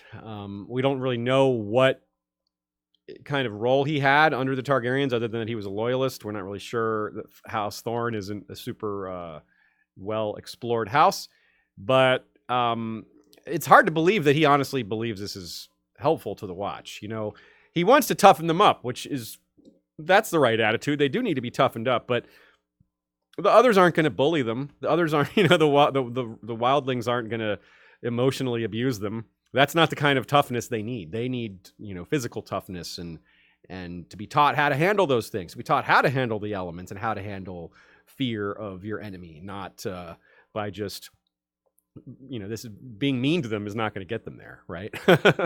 That's not the right way to do it. And what's funny, too, is that there's some serious irony here in Alliser Thorne hating Jon Snow because of who he is, which is a son of Eddard Stark, the house that had a lot to do with sending him to the Wall in the first place, because he was a Targaryen loyalist. And, of course, Jon, being a Targaryen, well, I don't know if Alliser will ever learn that before he dies. We'll have to see. Sir Buckley also brings up, do we actually ever see Thorne teaching people how to hold their sword properly? Or, we don't see him give that kind of detailed instruction. He's just like, let's see what you can do. And then says, okay, you suck. I know this is kind of what we mean about he's not a good teacher. But, part of what we do here is we think these things through. And if we're thinking, okay, Alliser isn't good at this, well, Alliser didn't appoint himself to that position. We all love Jeor Mormont for the most part, but this is a fair criticism of him, his blindness towards the nobility. He admits his own weakness and mistakes with regards to how he treated Sir Waymar Royce because of his nobility and because of who his father was. And maybe this is a similar thing here, where he gives a little too much leeway to the nobility, which Sir Alliser is, but really he's bad at his job. And, I mean, to be fair, I think in a lot of cases, those nobility are probably better for leadership roles just because of the training that they've had, but not in all cases. And there are ways to combat that in educating the Night's Watch, like in making some of those nobles, one of them should be teaching them all to read, or teaching them, actually teaching them combat. Like, the role that's most important to fill is Alliser Thorne's role of training new recruits. Yeah. But in other cases, like him noting that Jon is actually someone to lead as his protege. Yeah. Like he's not wrong there. It's true. That's true. That's a good point. So yeah, and we also have these interactions with Tyrion, and that's going to set the precedent for King's Landing later on. It's, of course, Thorne could not have foreseen that pissing off Tyrion could matter so much, because they're up at the Wall and Tyrion's mostly going to be in the south and is going to probably forget about the Wall later. But turns out Thorne is sent to the south, and this has these indirect consequences, and that's a really interesting meta that permeates A Song of Ice and Fire. Big political decisions are made or not made because of personal interactions between the characters that are in charge of these things. Of course, Robert his hatred of the Targaryens is a big, high level one, and Littlefinger's, hatred of the nobility in general and things like that. But here we have Alistair Thorne and Tyrion just not liking each other, and that leads to Tyrion kind of dicking Alistair around when he comes and brings that White's Hand to King's Landing. And by the time he sees Thorne, the White's Hand has rotted away and is no longer anything worth seeing. It's no longer has its significance. So it's, these large scale things and these small scale things. It's always this trickle down effect. It's really interesting to see the effect of these personal relationships. Now, speaking of personal relationships, Benjen Stark, a character we barely got to know. Let's talk about him for a minute. Jon had remembered the things that Tyrion Lannister told him on the King's Road, and in his mind's eye he saw Ben Stark lying dead, his blood red on the snow. The thought made him sick. What was he becoming? Yeah, it's basically exactly what Tyrion was talking about, right? As he himself realizes. And so Tyrion kind of proves right about that in a way. But, Benjen's arc, as we pointed out, is another one that we don't really know what's going to happen with him. It's, what do the others want him for his blood because he's a Stark? Is there a relationship there? Is there, is he going to pop out of nowhere to save people like he does on the show? Is that because that's really all he did? He was just Chekhov's Benjen, Chekhov dude that rides in to save people. He rides in to save Jon. He rides in to save Bran and Mira, and that's it. I really don't think that's all George has in mind for him. So I'm quite confident that this is another great surprise we have waiting for us, another unspoiled aspect of the show, or of the books rather. The show didn't spoil, and it's in that same category that the show didn't touch on as much as we'd like, which is the magic stuff. So it's both a good thing and a bad thing. Like, maybe we would have liked to see more magic on the show, but hey, it wasn't ruined. It wasn't spoiled. That's the good part. Speaking of magic, Benjen is different to Jon. He's Benjen the First Ranger, not Benjen Stark. And Benjen tries to make that clear to Jon that that's who he is. He's like, I love Ned. I love my brother, but these are my brothers now. And this is what matters to me. And this is my job. This is my duty. This is who I am. And his men are probably very loyal to him. We don't get to see that, firsthand too much, but we do get to see as they're leaving the man that Jon thinks is a ugly dude singing a bawdy song. That's Othor, who later comes back as a white to try to kill Lord Commander Mormont, and Jon kills him. So, it's Donal Noye who largely is responsible for giving Jon this reality dose. Of course, he also has been given some reality doses by Tyrion and by Benjen, and later he'll get more from Aemon and other people. But this one really stands out because I think it's one that, like we said at the beginning of the section, that we were kind of led astray on. We were kind of thinking that Jon is in the right, and we were all kind of getting the lesson that Jon was. Maybe not all of us, but a lot of us. But it also still speaks to Jon being a boy. His perspective on Donal Noye is wrong. It's somewhat right, but also not. Here's what I mean. He thinks of Donal Noye as having fought in, quote, 100 battles, which is just nowhere near true. Donal Noye did not fight in near 100 battles. He fought in Robert's Rebellion. There weren't anywhere near 100 battles in all of Robert's Rebellion. You don't know him. He went to Essos and he lived a full life, and some of the battles were only like 5-10 people, but they were battles, Aziz. Okay.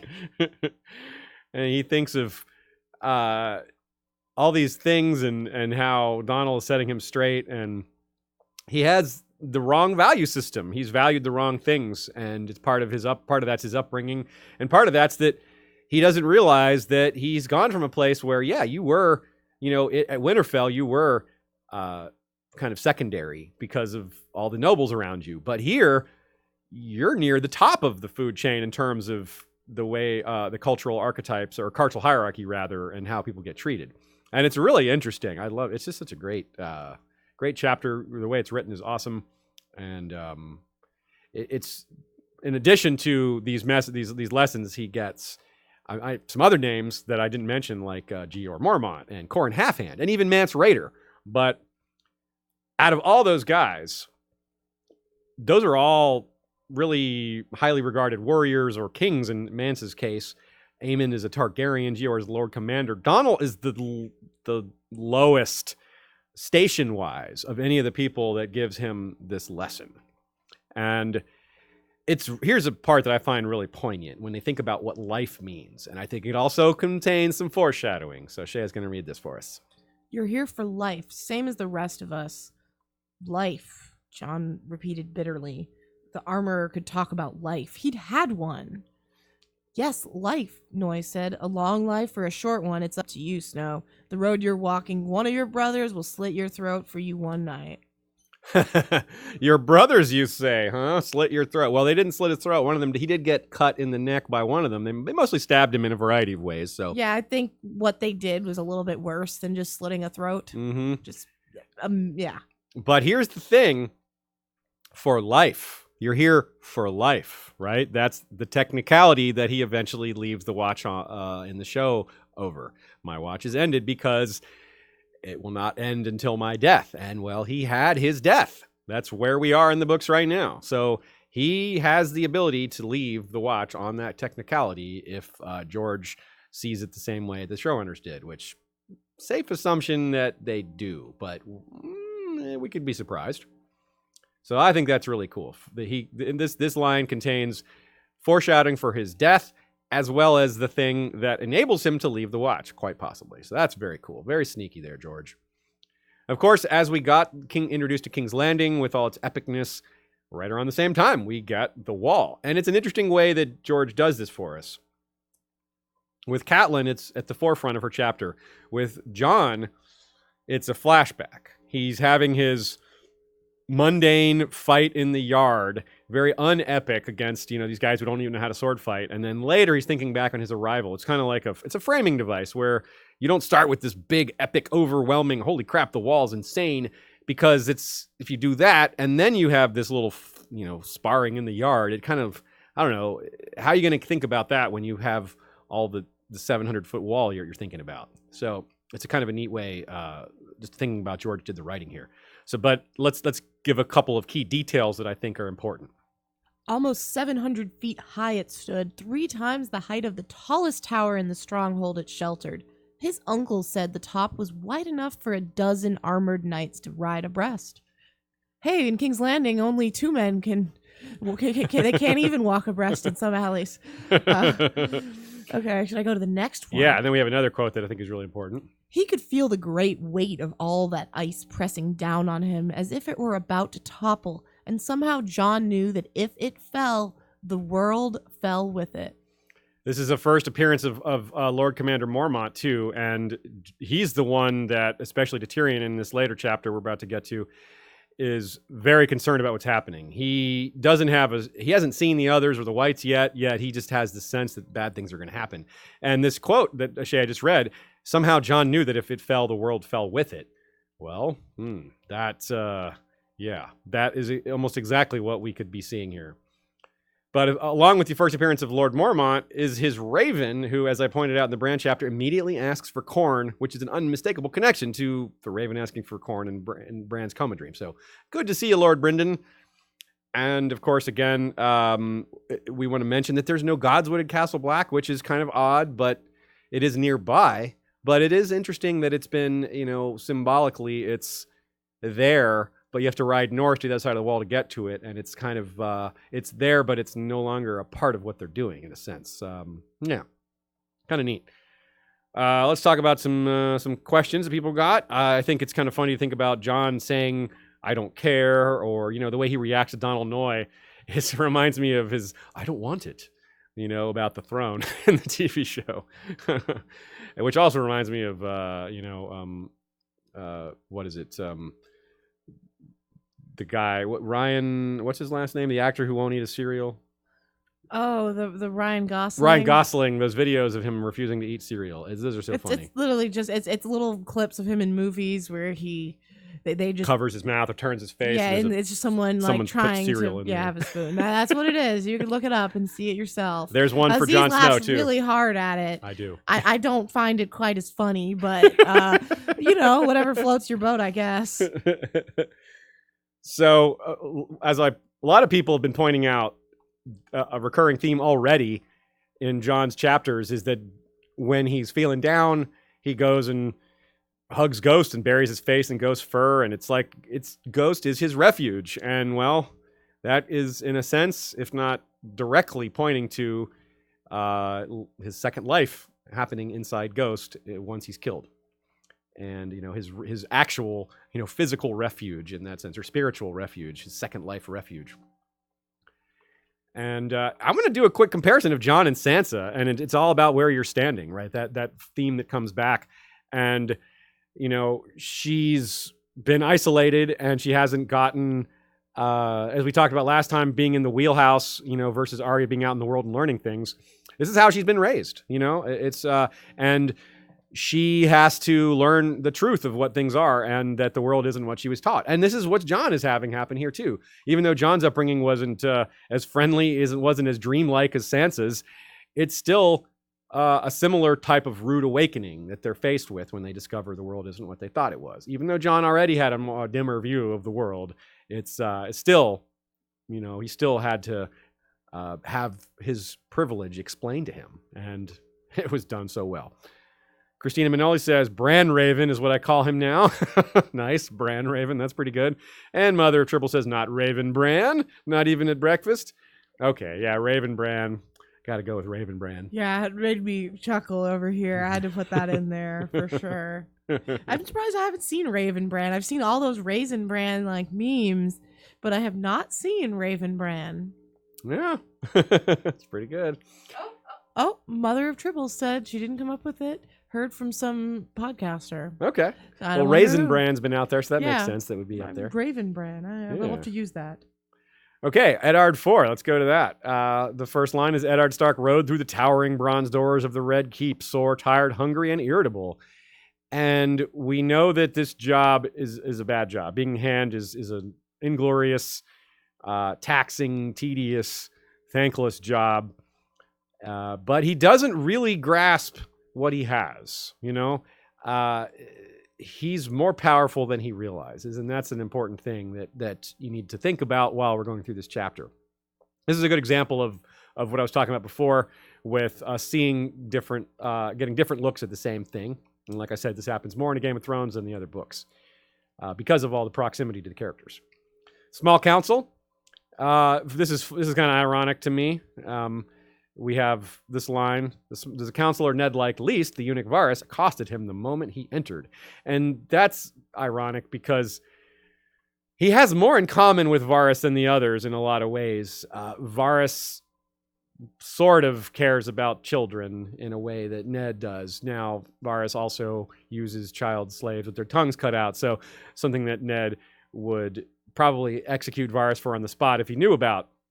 But as it turns out of all these figures, Varys is the one that is probably his closest to a friend. Not a friend, but the one that's least out to get him. Renly is sort of his friend for a little while, but that doesn't last that long. Littlefinger obviously is basically hostile to him, but, sneakily.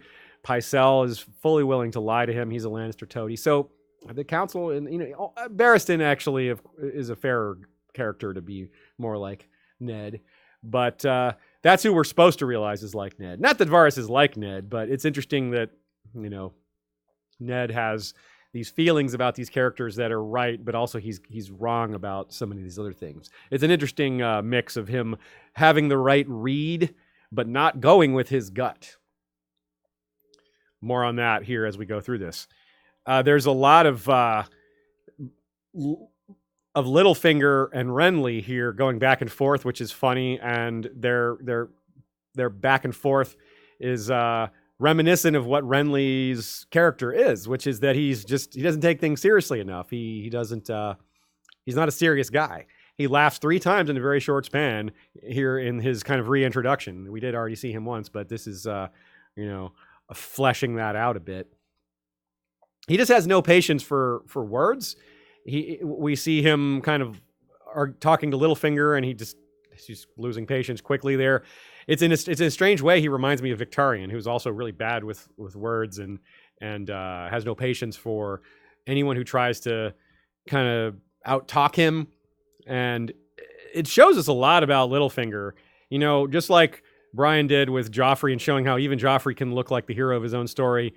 Think about Littlefinger here, a poor boy from a desolate land, sent to this castle and falls in love with someone who's so far above him. And I actually do feel for Littlefinger a lot. Not so much where he is now, but when I think about how he was raised, I have thought about that a lot. I especially when you consider what George has kind of talked about in terms of his own upbringing. Yeah. And about looking at that old big house that should have been his and how he compared that to Daenerys.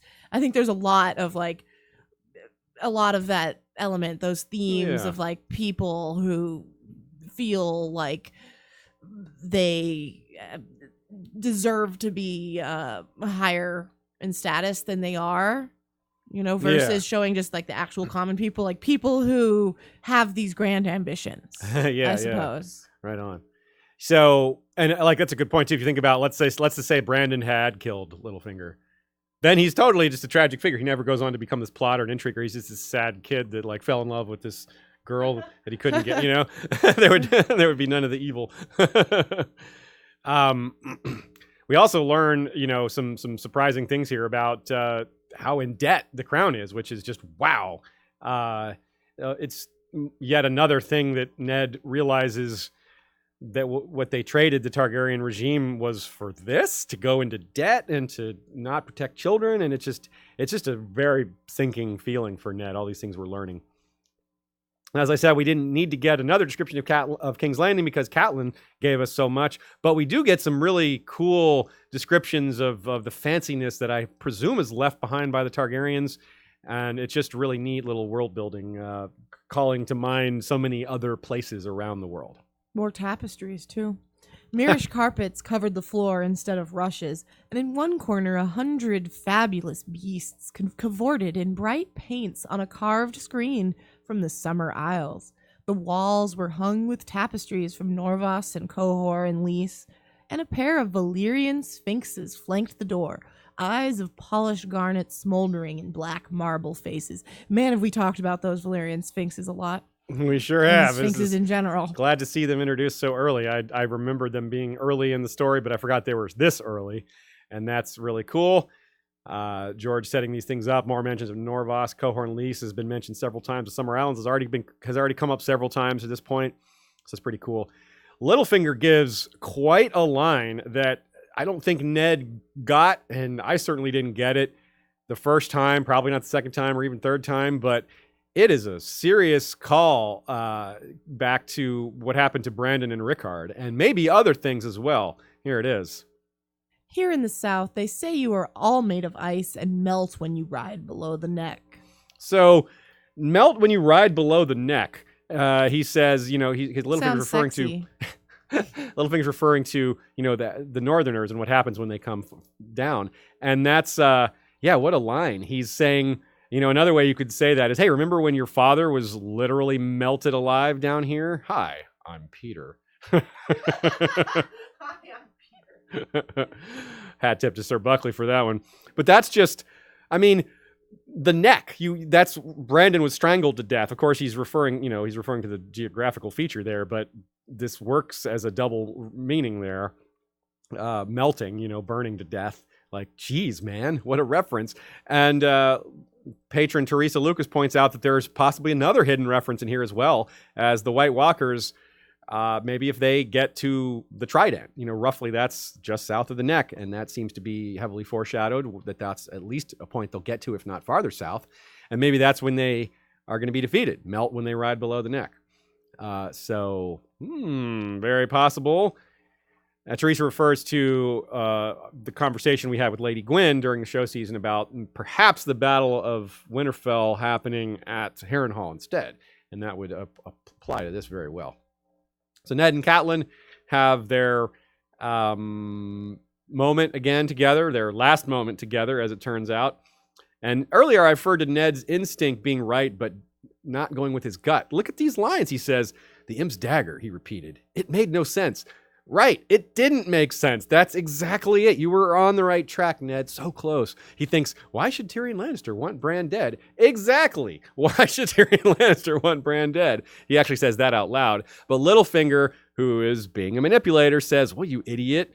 Lannister wouldn't have worked alone. And then he's like, okay, well, yeah, that makes sense. And Ned has his doubts because he's thinking about how Robert might even be complicit, which doesn't really make a lot of sense, but he's just seeing how far Robert has fallen and wondering if maybe he hasn't fallen farther than he had thought. So that's really just, Ned had the right instincts, but just was led by the nose by not only Littlefinger, but by Catelyn, who was already bought in as well. Unfortunate. I'm picturing Littlefinger leading Catelyn by the nose, like actually doing that, and then Catelyn's leading Eddard by the nose, like a weird conga line. Ned is disconcerted, like very disconcerted by how much Renly reminds him of a younger Robert. When this is just that pattern, right? Like I said at the beginning of this episode, because we'd already had a Ned chapter at the beginning here, and it's just everything reminds him of something terrible from that era. Renly being a younger Robert just throws him back to that era when Robert was young and things were falling apart around them even as they were winning the throne.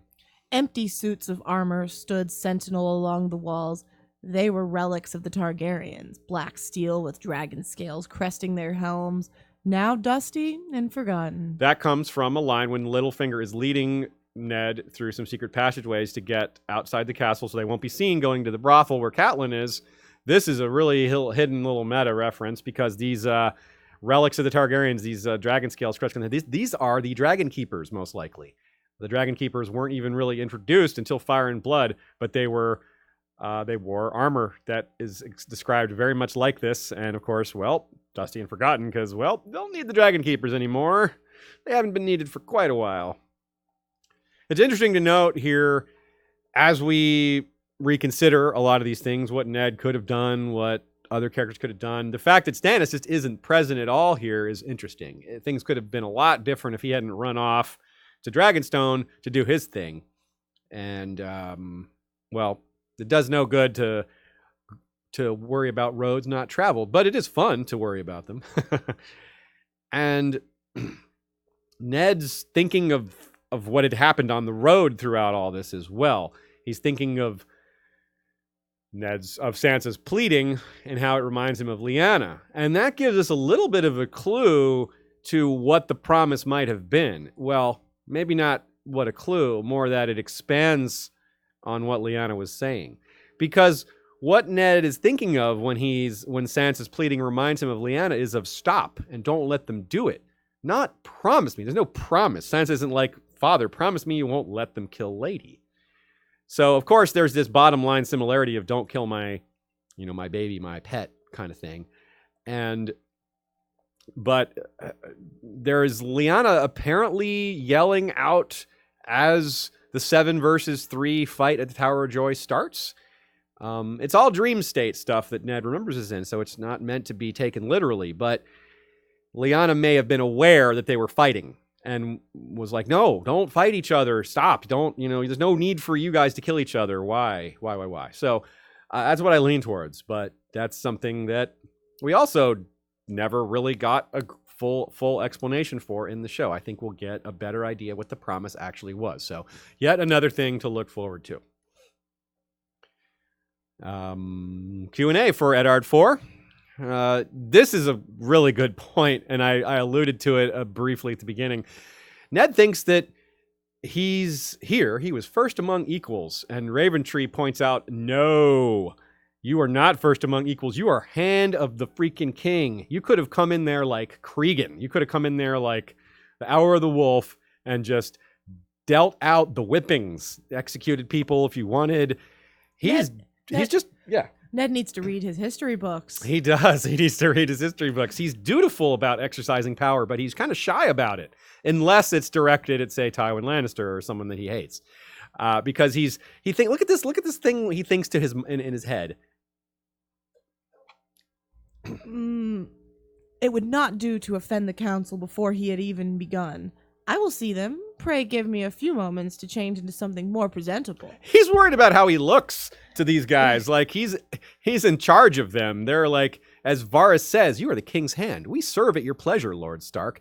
It's funny because Varys understands power as well as anyone, but Ned sees that as flattery. But Varys is totally right. He's like, yeah, you're the king's hand. We serve at your pleasure. And he's right. That isn't just flattery. That's one of those sentences that emphasis is everything. Yeah. Because, like, if Varys said it just a little bit differently, we serve at your pleasure. You're the king's hand. Yeah, like, it just sounds very sexy as well. It could be. He's worried about not offending the council before it even begun. Imagine Krieg and Stark worrying about that. Like, it's just, nah, I'm coming in and chopping heads off. So I think that's kind of interesting that Ned's just the way he wields power and the fact that he was a second son and how he thinks to Catelyn how this should have all been Brandon's. And Brandon would have, you get the sense that Brandon would have, not been shy about cutting a few heads off, especially, Rhaegar's come out and die. This is the guy we're dealing with here. From Flick, Stefan B draws our attention to the line that Ned thinks that it wasn't the first time he had common cause with a man he despised. A lot of the discussion on Flick ensued as to who he could have been talking about, and most people seem to land on Jaime and or Tywin. He did have to make common cause with both of them in some ways, especially during, or also during Balon's rebellion. And that would be another spot where he would have been allied with people he didn't like. Yeah, because if you think about in Robert's Rebellion, he wouldn't have really despised them at that point. He may have despised, Yeah. he would have despised Tywin, maybe, Yeah, and Jaime, probably because for being the Kingslayer. Yeah, well, no, I mean, like, I'm talking about, like, yeah, I was more thinking about, he said it wouldn't be the first time he had to make common cause. So what I'm saying is that when he made common cause with them, he wouldn't have despised them necessarily. Okay, maybe not. Yeah, I see. Like, okay. the first time. That makes sense, yeah. Anyways, that was my, Brendan B says, I think Littlefinger intentionally caused this debt to earn laundering money for himself and to make it easier to turn against the ruling nobility, like in the bread riots. Yeah, I think so too. Littlefinger, of course, seeing the opportunity to both enrich himself and cause chaos, that's manna from heaven for him. That is his tea right there. That's his catnip. It's exactly in line with the kind of thing he would want to do. It's the exactly kind of goal he wants to, the environment he wants to make for himself. And of course, enriching himself, it only helps him achieve more power. Brian Eidolon says, Bran Raven / Raven Bran is funny since Bran means raven. That's right. Bran means raven in Welsh. He also says, essentially making his name Raven Raven. That's right. Essentially that, actually that ties in a bit to Shiera Seastar, whose name, if I recall correctly, means Seastar. Yeah. It's something like Shiera was something about, Star of the Sea, and I forget. Yeah, Star of the Sea, something like that. It was, I definitely remember that. There's some double meanings. We talk about how much George has double meanings, but sometimes it's just within these names. Yeah, Eagle the Eagle, Orel, yeah. Orel means eagle in Hungarian, apparently. So Orel the Eagle is Eagle the Eagle, which, that's like South Park, right? All right, Tyrion 3. The first line is, are you certain that you must leave us so soon? Mormont is telling Tyrion that the wildlings are fleeing south from something. It's that fear I was talking about earlier that he is quite convinced, even though he hasn't seen anything specific, that something is going on, something bad. Tyrion, it seems like he's been there for at least several weeks, if not more, decides it's finally time to leave. But first, a visit with Jon Snow, a declaration of friendship, and to the victor, the crabs. And even Maester Aemon has a few words to say. Nearly all of this chapter involves foreshadowing, and none of it is good. Well, almost none of it is good. Can I just say something that I'm so embarrassed about right now? No. I mean, yes. I got all these slides ready with the chapter titles. Yeah. Like what the chapter names were. Yeah. And I just haven't been putting them up. I just didn't realize I did that. Whoops. Anyways, I'm not going to do it now. But also in the future, I can make the chapter titles say like Tyrion 3, and then in quotes, the one with, Oh, yes, do that. That'll be really fun. We can also do it like Always Sunny, the gang, blah, blah, blah. Every title will either have It's Sunny, Always Sunny, or Friends style name. Yeah, and we'll have them look like that. Anyways, okay. I'll do it. I totally made this mistake on purpose so we can roll this out next time, okay? Well played. So yeah, even Mormont's dreams, he has darker shapes in his dreams. And he points out that summer has lasted for 9 years, which is super long. Tyrion isn't taking it too seriously, but by the end of the chapter, he kind of does because of things he says with Jon and just by looking out into the darkness and how foreboding it is. And this is also, more evidence of the Watch falling on hard times and how it's become so weak and not effective, not equipped to handle what's coming. Tyrion takes note of broken cranes, and Jon talks about how he has to walk a lot of space on the wall because there's just not enough brothers to man it. And Mormont says the same thing. It's really not good. So, like I said, there's a ton of foreshadowing in this chapter, so much more than I ever would have realized before. Here's where we'll start. If he doesn't come back, Jon Snow promised, Ghost and I will go find him. He put his hand on the direwolf's head. I believe you, Tyrion said, but what he thought was, and who will go find you? He shivered. Yeah. And that's referring to Benjen. That's Jon going after Benjen. Mm-hmm. And then we have... Yeah, whoa, what is that all about? So I really wonder where they're going, whether Jon's going to do that, or, who is going to go after Jon? And then we have, you're a cunning man, Tyrion. We have need of men of your sort on the wall. That isn't necessarily foreshadowing as it is just, if humanity's fighting against the others, you do want smart people on your side, and we see like Sam Tarly. Yeah, like Sam Tarly. But Tyrion specifically, we've seen him, in action, in battle. The Blackwater Battle of Blackwater, Wildfire trick. I really would love to know how wildfire is effective, or how effective it is against the others and whites, and if not that, well, Tyrion's is not unlikely to come up with some ideas, he has a strategy against the undead. It's something that there isn't going to be literature on.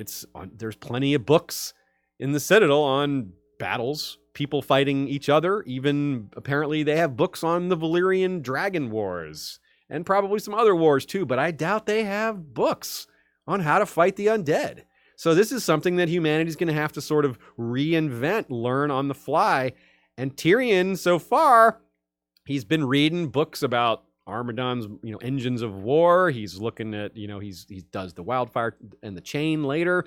This is, I think, what we're headed for. I think we're seeing that Tyrion could be very effective against the undead as a general, or at least a strategist. And the TV show was kind of meta in that regard. He's hanging out in the crypt going, I wish I was out there. I could notice something that could make a difference. And I don't know about y'all, but I was sitting there going, yeah, get him out there. Let him make a difference. Get Tyrion's cunning in there somehow. But alas, they did not use him that way. And here's an interesting little one. What is Tyrion in terms of how he's referred to, and some foreshadowing? Yes, I've been called many things, my lord, but giant is seldom one of them. And this comes from Maester Aemon, so he's kind of like, taken aback a little bit, but in a good way. He's like, oh, well, that's a really good compliment from an esteemed gentleman such as yourself. But of course, when Shay calls him that, he feels great about it until it comes out in court during the trial, and then it's painful for him. And of course, the reason I brought up foreshadowing is because in Jon's chapter, Tyrion stood as tall as a giant. His shadow cast that a giant shadow. And of course, because the original plan was for Jaime to blame Tyrion for all these regicides, in telling the lie that Tyrion is trying to take the throne for himself. Well, maybe that's what we're referring to here. And Joe Buckley, I think about a lot of his influence on future events and theories people have had about him affecting the attack on King's Landing or anything like that. The fact that he's a small man, but his shadow will be giant because he will affect, change. I mean, he already has made, like, the effects he's made are larger than a giant could make in King's Landing already, given, like, Blackwater Bay and stuff. And that's like kind of that. how Aemon frames his comment, too, Yeah. about saying, I think he's a giant, come to us at the end of the world. Yeah, it's because of his impact. Yeah, that's really true. And Tyrion sleeps in the King's Tower, Sir Buckley notes, which I didn't catch. That's pretty cool. And he also notes that when Tyrion is ascending the wall, he's able to look down on a world that's always looked down on him, even if only for a few moments. But then, the people don't see him. And like the brothers manning the wall goes, 7 hells, it's the dwarf, and then he's back to who he is again. And starts thinking about soon he'll even have to look up at Ghost because he's short and the direwolf is growing quickly. What a weird feeling to, like, look up at a wolf. Yeah, right? I hope I never have to face that. Unless it's like a friendly wolf that I'm playing with and I'm on the ground or something. That would be okay. Yeah, I'm okay with that. Okay. Another quote. I have seen dead men with more humor than you, Sir Alistair. Yeah. Oh, then you're Sir Alistair. Right, sorry. Tyrion is talking to He is not Mormont. talking to him. I wish he was talking to him. So Alistair even, and this is interesting because this might be foreshadowing for Alistair Thorne being a dead man or a white. Alistair even threatens to come back and haunt Jon in A Dance with Dragons after Jon sends Thorne off as a ranger. He says, You'd best pray that it's a wildling blade that kills me, though. The ones the others kill don't stay dead, and they remember. I'm coming back, Lord Snow. The idea that they remember is interesting. I don't think he's a definitive source on this. Yeah, that was something that I was like, that's a line that's going to require some further examination, but not right now. We have a lot to get through, and yeah. But file that one away for in the category. What's up with they remember? The North remembers. The North does remember. Yeah, so it's interesting too. The wordplay between Alistair and Tyrion is kind of like what we just saw from Ned and Littlefinger, where Ned is just terrible at it. And isn't interested and doesn't even necessarily notice when he's been insulted. Alistair, on the other hand, everything insults him. He can't take a joke at all. Like, Tyrion's not even that mocking, he's just funny. But Alistair just keeps pushing, and Tyrion gets more and more mocking because, well, Tyrion's good at this war of words, and Alistair isn't. Alistair should know better as a master at arms. Don't get into a fight you can't win. And, well, you can't win against Tyrion in a war of words. But, it's still really interesting to see how this is going to come out. Like, will they eventually be allies? Will Alistair die before Tyrion gets involved in the war for the Dawn and all that? Who knows? We only see them interact at King's Landing with the White Hand, but I talked about that already. Jon and Tyrion's conversation is definitely setting them up to be reuniting in the future, if not helping each other's factions get closer together. In the TV show, we see Tyrion sort of be the back end, helping Daenerys and Daenerys and Jon's factions sort of smooth things over and figure out how to work their alliance. So that could be important. They recognize, they shake hands and call each other friend, which is pretty neat. And Jon asking Tyrion to help Bran is pretty important. That's part of the friendship. And Tyrion thinking, what's out there, even if only for a heartbeat, is pretty neat. I don't think he actually peed off the wall that he did in the show, but there's no indication he actually did so here in the book, even though he said he was going to. There's no indication he actually did. I mean, who really wants to whip that out at the top of the wall with the wind going? I'm not a man, but it doesn't sound great. Talking about tears freezing on your cheek. Well, yeah, I mean, I'm picturing like frostbite. Yeah, yeah. Ouch. Pretty terrible. I'm going to cross my legs now. It's interesting to see Aemon and, Mormont's Raven and Mormont all kind of not introduced, but getting fleshed out a bit here as we get a lot more of them later. Getting more numbers on the Night's Watch is like, wow, they really are low on people. We knew it was bad, but we didn't know it was this bad. The specifics are like, wow. And We kind of renew the feeling of fear that comes from the prologue. It's a reminder that, yeah, the others aren't going to be here for a little while, but we're going to keep you remembering that they're there and that they're terrifying. And just by using some similar language to what the prologue is, he kind of calls back the same emotions that we felt.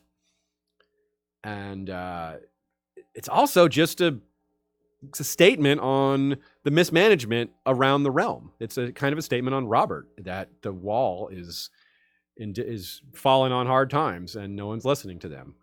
It's just a kind of a microcosm of that, of the systems breaking down. Questions about Tyrion 3.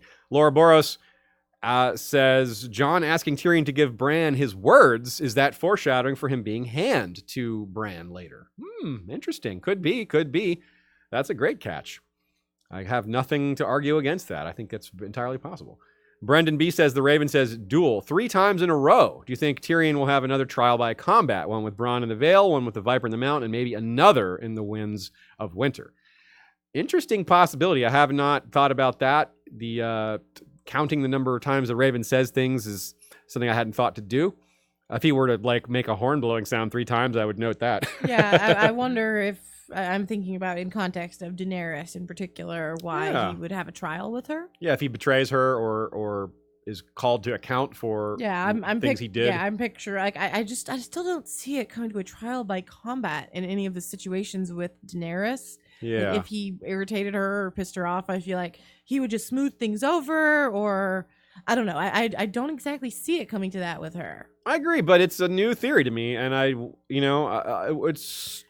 lean towards no, like you, but I had never thought about it. I want to consider it more. Yeah. There's a lot of time. I will say there is a lot of time between, the whole Winds of Winter and the end of A Dream of Spring, right? Yeah. And we see that Daenerys is killed. Like, what if Tyrion is part of that? And then when everyone's like, Jon's on trial, maybe Tyrion is too after the fact. Grey Worm dragged Tyrion out in handcuffs and all that. Yeah. Maybe that is resolved through trial by combat. For that's an example. So if already I can think of one, there have to be a handful of other possibilities for Tyrion to be in a trial by combat between the end. Okay. Is more my point. Right on. Okay, so something for yet another one to put on the maybe shelf to think about, a new theory for us to consider.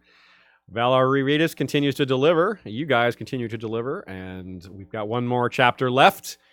Arya 2 starts off with her father had been fighting with the council again. Arya's powers of observation continue to make her an excellent POV. This is something that she can read in his face. She learns from listening to what her father says and does to others, as well as him coming to give her direct lessons and conversations, about lessons that she needs. And the Lyanna vibes are just all over the place in this one, folks. Super strong Lyanna vibes in this chapter. Here we go.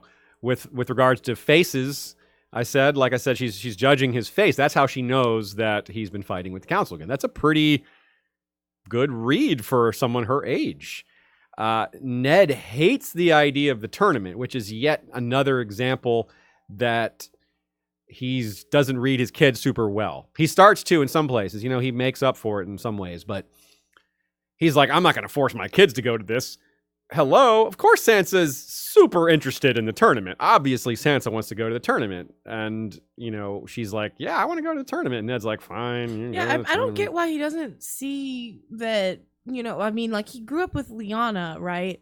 And maybe even she wasn't into that aspect of it, but there's people fighting, and he should guess that Sansa and Arya both have different reasons for being interested in this tournament. Yeah, right. And man, the notice here too about the Lyanna vibes we have. I wrote that she mentions that she's called Arya Horseface, and Lyanna, of course, has a similar face to Arya, we're told, and Lyanna is heavily associated with horses. Yeah, of course, and I think it's notable that in the show, obviously, they don't have the horse face, but the older Lyanna that we see give birth, very much looks a bit like Maisie Williams. Yes. I really appreciated that similarity. And we had her riding a horse around in that scene where we introduced a young Hodor, which was she stole that scene completely. And we do see Arya on horses more than we see a lot of characters, as it so happens. But it's still not a strong association. But then we have this quote here. Yeah. It was right, her father said, and even the lie was ... not without honor. Right, so... We all lie. We all lie, Ned says. So this is in reference to Arya chasing Nymeria off, saying, was it right to run her off like that and to lie that we couldn't find her? So, of course, the Lyanna vibe here is lying about Jon and keeping that promise. And he says we all lie. Yeah, we sure do, Ned, right? A lie to save a young life? Ned surely understands that one. Man, that hits hard when you think about it. But here's a big one, too. Here's a nice longer quote. This is what I was referring to at the beginning about how Arya is paying attention and getting lessons, even when the lesson isn't intended for her. Know the men who follow you, she heard him tell Robb once, and let them know you. Don't ask your men to die for a stranger. At Winterfell, he always had an extra seat set at his own table, and every day a different man would be asked to join him. One night it would be Vayon Poole, and the talk would be coppers and bread stores and servants. The next time it would be Mycah, and her father would listen to him go on about armor and swords and how hot a forge should be and the best way to temper steel. Another day it might be Hullen with his endless horse talk, or Septon Chael from the library, or Jory, or Sir Roderick, or even Old Nan with her stories. I just have to say, except for the Old Nan thing, it makes it sound like out of context, you could say, Ned's gay. He spends all his time with the men. Every night, a different man at his side. An old man, even Old Nan. Anyways. And so this is neat, but it also maybe it's something that you're like, wow, Ned is a great guy. This is a really feather in his cap. This is great leadership qualities, but also it's like, no wonder he doesn't know his kids. He spends all his time with these people. Like, he should have another day it should be Sansa, another day it should be Jon. I love that idea. Yes. Yeah. And he comes over here and talks to Arya and gives her a talk. And that's kind of what I mean. Like, there's no indication that Ned ever had a talk with Sansa about what happened with Lady, and there's no indication that he said, I'll tell Jon when the time comes, but I don't know that ever happened because it didn't have to, because Jon was like, yeah, I'll take the black. Like, he volunteered, basically. Yeah, he did volunteer, and you think Ned would be like, maybe you should wait until, a few years, because there's going to be some information I'm going to tell you. Honestly, him taking the black does point... Actually, I could see it going either way. Either he takes the black and Ned's like, now I can really tell him, once I come back, because he's taken the black and he's not going to desert and become a king. Or he's like, maybe that points to him never wanting to tell him. Yeah, it's unclear on what Ned's long-term plan was. And that's part, like what we said, we don't know what the promise was, and that makes it hard to figure out what his intent was without knowing the specifics of the promise. But yeah. But like we said, it's these talks are needed, and so maybe he could have had a few more. Maybe that would have helped him learn his kids a little better. And here is another follow-up quote to the same thing. Arya had loved nothing better than to sit at her father's table and listen to them talk. She had loved listening to the men on the benches too, to free riders tough as leather, courtly knights and bold young squires, grizzled old men-at-arms. But this all fades. She's thinking about that, but this is in the past. What's more current for her is the incident with Mycah and Lady, and it was a real eye-opener for Sansa and Ned, but they're both still kind of holding on to hope that things can work out at this point. Arya, however, instantly changes her mind about everything, and it's just... she takes it a lot harder, and this is maybe part of what Bran was thinking when she's holding her secrets in her heart, and how she can't tell other people about this. They'd been her friends. She'd felt safe around them, but now she knew that was a lie. They'd let the queen kill Lady. That was horrible enough, but then the Hound found Mycah. Jane Poole had told Arya that he'd cut him up in so many places that they'd given him back to the butcher in a bag. And at first, the poor man had thought it was a pig they'd slaughtered. And no one had raised a voice or drawn a blade or anything. Not Harwin, who always talked so bold, or Alan, who was going to be a knight, or Jory, who was captain of the guard. Not even her father. He was my friend, Arya whispered into her plate, so low that no one could hear. That no one could hear, eh? And that's a big deal, right? She's she's already becoming isolated. She doesn't get why nobody stood up, not even her father. It does not make sense to her. She's like, this is a horrible injustice, and everybody just allowed it to happen. She's floored. And you kind of, when you take up her perspective, it's kind of like, yeah, you kind of get it. Like, why did no one do anything? It's really unfair, right? And and even when you think about the idea that, like, okay, maybe they really don't value commoners. Yeah. Like, maybe they, like, and that is true. And she hasn't gotten that yet. They killed Lady. Yeah. And Lady is, a nobility's pet. So like, she's very close. So, like, that, as much as so confusing. Yeah. Right. The mixed messages. It's like kids aren't. She doesn't have the ability to, or the wherewithal to process these inconsistent. What does death even messages. mean? Yeah. If that just happens so willy nilly, and what is power? If you have all this power, but you can still, be faced with death, with your animals dying and your friends dying, eventually your father. Power's nothing. That's right. But here comes in the same chapter where she's feeling hopeless and unable to, do the things that the adults should have done. Well, here comes someone to teach her to do those things, at least start to teach her how to do those things as she begins dancing towards Bravos. Yeah, here's a quote.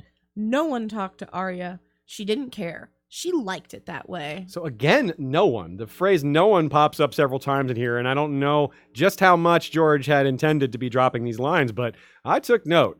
It's pretty interesting. And I wonder whether that's what he had in mind here, or whether it's, I don't know. It's tough to say. So we'll give Ned some credit here. He's not the most observant, like we said, with how his daughters, see the world and what they like and don't like. He got this one right. Yeah, he got her a trainer. That's really great. I think that is one of Ned's most likable traits to me, period. Yeah, he doesn't, he can admit he's wrong, even if he's not, he doesn't always know what to do. He's kind of, like he says, war is more difficult than daughters. He says that in the show, and it's a pretty good line for explaining how he feels here in the books as well. And he kind of tries, but he doesn't know. It's also clear that feels very out of his element a lot of times. He just doesn't exactly know what to do. And a lot of that is maybe wrapped up in his feelings for Lyanna and like how to treat young women. He's a little unsure of some things. It messes with his head a little bit. I like how Arya says needle wouldn't break when Ned says, I should snap this sword over my leg.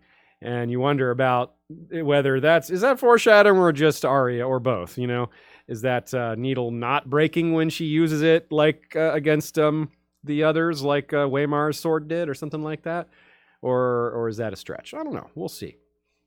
And again, as we point to her inability to process the inconsistencies from the adult world, why did no one stand up for my friend? Why did no one stand up for Lady? Doesn't make sense.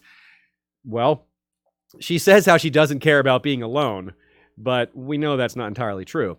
She's happier to have Syrio in her life, for example. That's a good thing. And it's funny that here's a good one, that the way she thinks about Fat Tom, when Fat Tom comes and says, are you in there? And Arya says, no. And he walks away and she thinks she fooled him. But she didn't fool him. He just got confirmation she's in her room, and that's all he needed. So it's neat being reminded in that moment that this is a child's point of view, and it has to be, filtered through that. I like this little line here that about feeling alone, and as a reminder that she does care about that she does mind feeling alone. She's in denial about liking it that way. She doesn't really. She could find Nymeria in the wild woods below the Trident, and together they'd return to Winterfell or run to Jon on the Wall. She found herself wishing that Jon was with her now. Then maybe she wouldn't feel so alone. I can't help but think so differently about all these Arya Jon lines in the first book before he had, maybe worked this out. This does have a little more of a romance feel to it than some of those early interactions. Yeah. But this one does, and the later ones less so. Yeah. So this is like that little middle time period. I don't know. And this is foreshadowing because I think if we recall the 1993 outline, and I'm not even talking about the romance, I think you're probably right about that, but just run to Jon on the wall. That is what the outline called for. Catelyn and Arya would flee to the wall, and Catelyn was going to die beyond the wall. Whereas now, I don't know that that's all going to happen on the wall. I think it'll happen much more south. I'm doubtful that Arya will ever go to the wall. But I do think that they will be reunited. That I think we can all probably be pretty confident on that. And in fact, we get some indirect clues for that because this is Ned's "the pack survives" speech moment here, which is pretty cool. That's Ned is so quotable.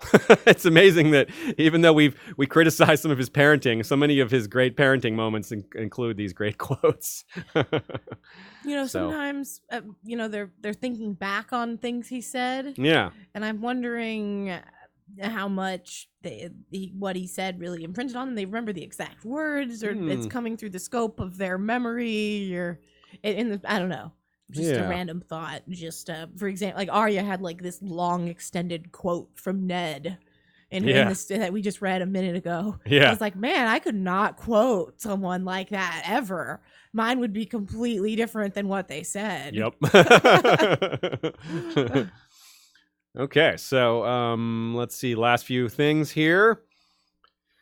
And you can see just the same thing. We're talking about, with Ned arguing with the council about the tournament later and all these things. Just think about what we pointed out earlier about how he could just be Creganing himself around here and how that would be going a lot differently. A couple of questions from Arya too, and then we'll call it a day.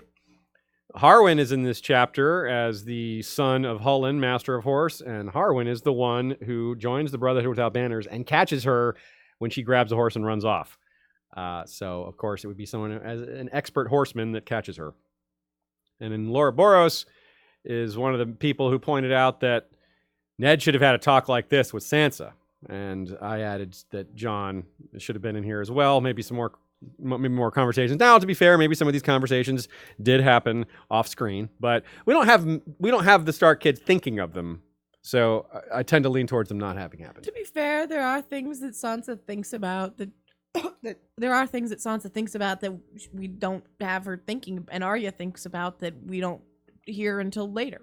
Yeah, that's true. Read. That's true. So, there still is plenty of time for them to continue to think about. That's true. Yeah, and like I pointed out earlier, Sansa, we don't even get Sansa processing Lady's death here in her next chapter because it's boom, she's in the tournament. She's not going to be thinking about that when she's just blown away by the spectacle, something that she's been really looking forward to, and all that. Marin M says she relates to the sword being part of your arm thing that Syrio says because Marin is a chef who happens to have a favorite knife, and that's how she feels when wielding her knife. So I went ahead, and this comment inspired me to look up that line because I feel like I remembered there being a few other references to the sword being part of your arm or something being part of your arm, and in fact we found 4 examples of that. One of them is later in the book from Catelyn. Mm-hmm. And before I read that, I just want to say, I've mentioned this before, I'm dying to see Jaime just attach a sword to his arm. Seriously. Be part of his arm. I thought maybe Jaime was one of them, like when he gets his sword back when he's fighting Brienne. I thought that was maybe one of the people that had that line, but I couldn't find anything like it. It's not going to happen in the books. I know, there's issues with it, but I want it. So anyways, this Catelyn quote. She had seen Bran fight on the high road. It was no accident that he had survived the journey while other men had died. He moved like a panther, and that ugly sword of his seemed a part of his arm. So Bran has excellent skills, and we also noted elsewhere that he is one of the few people to fight with 2 swords at the same time. So Bran is a serious badass. Let's not forget that. Now, there's another one. This one is Loras talking to Tommen. You rode a splendid course, but once is not enough. You must do it again upon the morrow. You must ride every day until every blow lands true and straight, and your lance is as much a part of you as your arm. What's interesting is that is a bit of a callback to, or maybe I think that line sort of made it into the TV show in a different way when Renly was talking to Loras. And he's like, you're gifted. You're such a great fighter. And he's like, I'm great because I practiced every day when I was a kid, fight all the time. So this kind of ties into that. It also ties into what happens at the end of that scene where every blow must be true. I mean, it's the whole 10,000 hours. I think my joke was missed. Yeah, it was. What was your joke? He's saying every blow must be true. Remember what happens at the end of that scene with Loras and man. Renly? Yeah, I see. I didn't get it. Wasn't true. It was true, but it wasn't straight. Yes. Anyways, what I was saying was about the whole 10,000 hours. Yes, 10,000 hours of mastery. You're right. Yeah. That is very much what it is. It's true. Like Loras is probably very talented, but he also worked really hard. And so it's a pretty good explanation of how important it is to practice. And here's another one that I love. It's Dunk psyching himself up before he faces in the Trial of Seven. He's about to go up against Arion. My lance is part of my arm, he told himself. It's my finger, a wooden finger. All I need to do is touch him with my long wooden finger. I love it. So if you haven't read the Dunk and Egg stories, that should definitely tickle your fancy there. And finally, the most relevant of these, because we're talking about an Arya chapter, and this is an Arya quote. This is some thirst for a certain Baratheon bastard. The hammer was like part of his arm.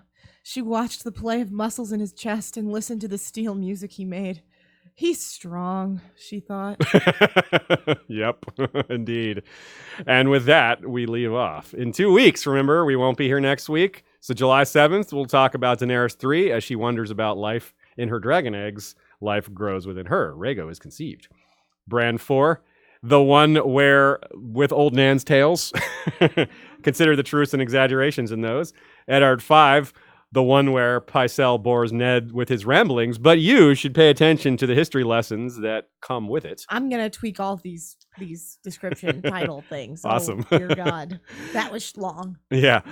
John 4, the one where Sam arrives at the wall. And hey, there's some identity questions in there. How interesting that Sam's circumstances are so familiar to Jon's. Like, you can be treated badly and denied your claim even if you're the lawful firstborn. Hey, that is familiar, isn't it, Jon, son of Rhaegar? Eddard 6, where Ned searches and finds Gendry, the seed, and the boy, as Arya will later note, are strong. The one where Ned searches for the seed. Searches for the seed. Yes. The seed search. Yeah. Catelyn 5, the one where she takes Tyrion captive. Take note of all the different houses represented at the end of the crossroads, because you know more about those houses than you probably did the last time you read this or the first time you read this. A lot of those houses are going to be on opposite sides later. So it's interesting to see where they are now versus where their loyalties will be later. And finally, Sansa 2, just like we ended this one with Arya 2, next time we'll be ending with Sansa 2. And that same lesson from Catelyn 5 applies here, because Sansa's going to be watching the tournament, and you want to keep an eye on who's fighting who. And, well, we'll be fighting in earnest instead of play fighting not long from now. All right. Shea is the best.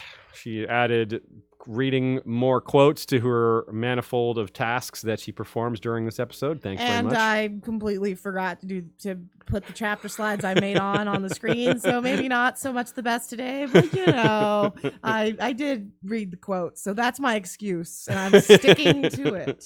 Right on. You did great. Sir Buckley deserves a big shout out as well. Of course, I will remind y'all to check out isleoffaces.podbean.com for the Scraps and Scrolls editions. A lot of the notes he put into this episode document I didn't get to, mostly for time reasons, not because they weren't worthy. But you should check that out if you didn't get enough here. Also, check out Michael Klarfeld, claridox.de. He did all of our maps that you see behind, well, almost all the maps you see behind us. And he did our new little intro bit using music from Kevin MacLeod. Most importantly, his Dorne map is out now. He's done another regional map. It's awesome. The Red Mountains, the detail and the depth and the texture. It's so good. So you're going to want to check that out. It's posted to our Facebook group as well as to claridox.de. And other social media places. Yeah, check that out for sure, especially because there's all sorts of people from the fandom in it. We had fun. I was involved in, casting it and picking people out, and it's really such a kick to see faces you recognize on the map. Yep. And in other Michael Klarfeld news, I must say I'm very excited. I designed and printed an Essos map, the map that's behind Aziz right there. I had it made into this lovely dress, and I'm going to debut it at Con of Thrones, and I love it. Love it. It looks great. I'm going to make an Iron Islands one and a Dorne one eventually, too. I'm just going to, like, space them out. So pictures of her wearing that dress will also hit social media eventually. You can get the full idea of what she's talking about, but just picture this map as a dress, and you get the general idea. It's awesome. It is. Mm-hmm. Also, thanks to Joey Townsend and Jesse Koval for our theme music. And thanks to Ben Anderson, our new editor, doing our podcast editing, which helps us do more writing and more episode making. So I do think it's worth mentioning, I suppose, that obviously we're skipping next weekend, and then we're back the next week, but then we have to skip the next weekend again. Yeah, that's right. So there will be a little bit of a lull in the Valar Rereadis over the next few weeks. Only one out of the next 3 weekends. But, of course, we'll come back strong and won't have another break until August, where we will be traveling to Ireland. And then after that, we really won't have a break once August ends and September's going, we have no more conventions, no big travel. It'll be I don't think we'll have a lovely. single week off until the end of Game of Thrones after that. Yeah, it's going to be great. I'm looking for, I mean, I love conventions and all that, but it will be nice to just be at home and not preparing for traveling. Right. No, I'm very excited for all the conventions. It's going to be, it's great either way you look at it. Yeah, I'm like, it'll be great. And then then even though I'll have the post-con depression, I will still just be like, I can finally relax and work on the Valar Rereadis episodes. That's right. Well, again, thanks to everybody who came. Thanks to everyone who shared, everyone who spreads the word, everyone who supports us on Patreon, everyone who joins the Facebook group and participates in the discussions or gets on Flick and participates there. You can find links to all these things in the description of the video and or the podcast episode, whichever is your preferred method of taking in History of Westeros. Until next time, Valar Rereadis.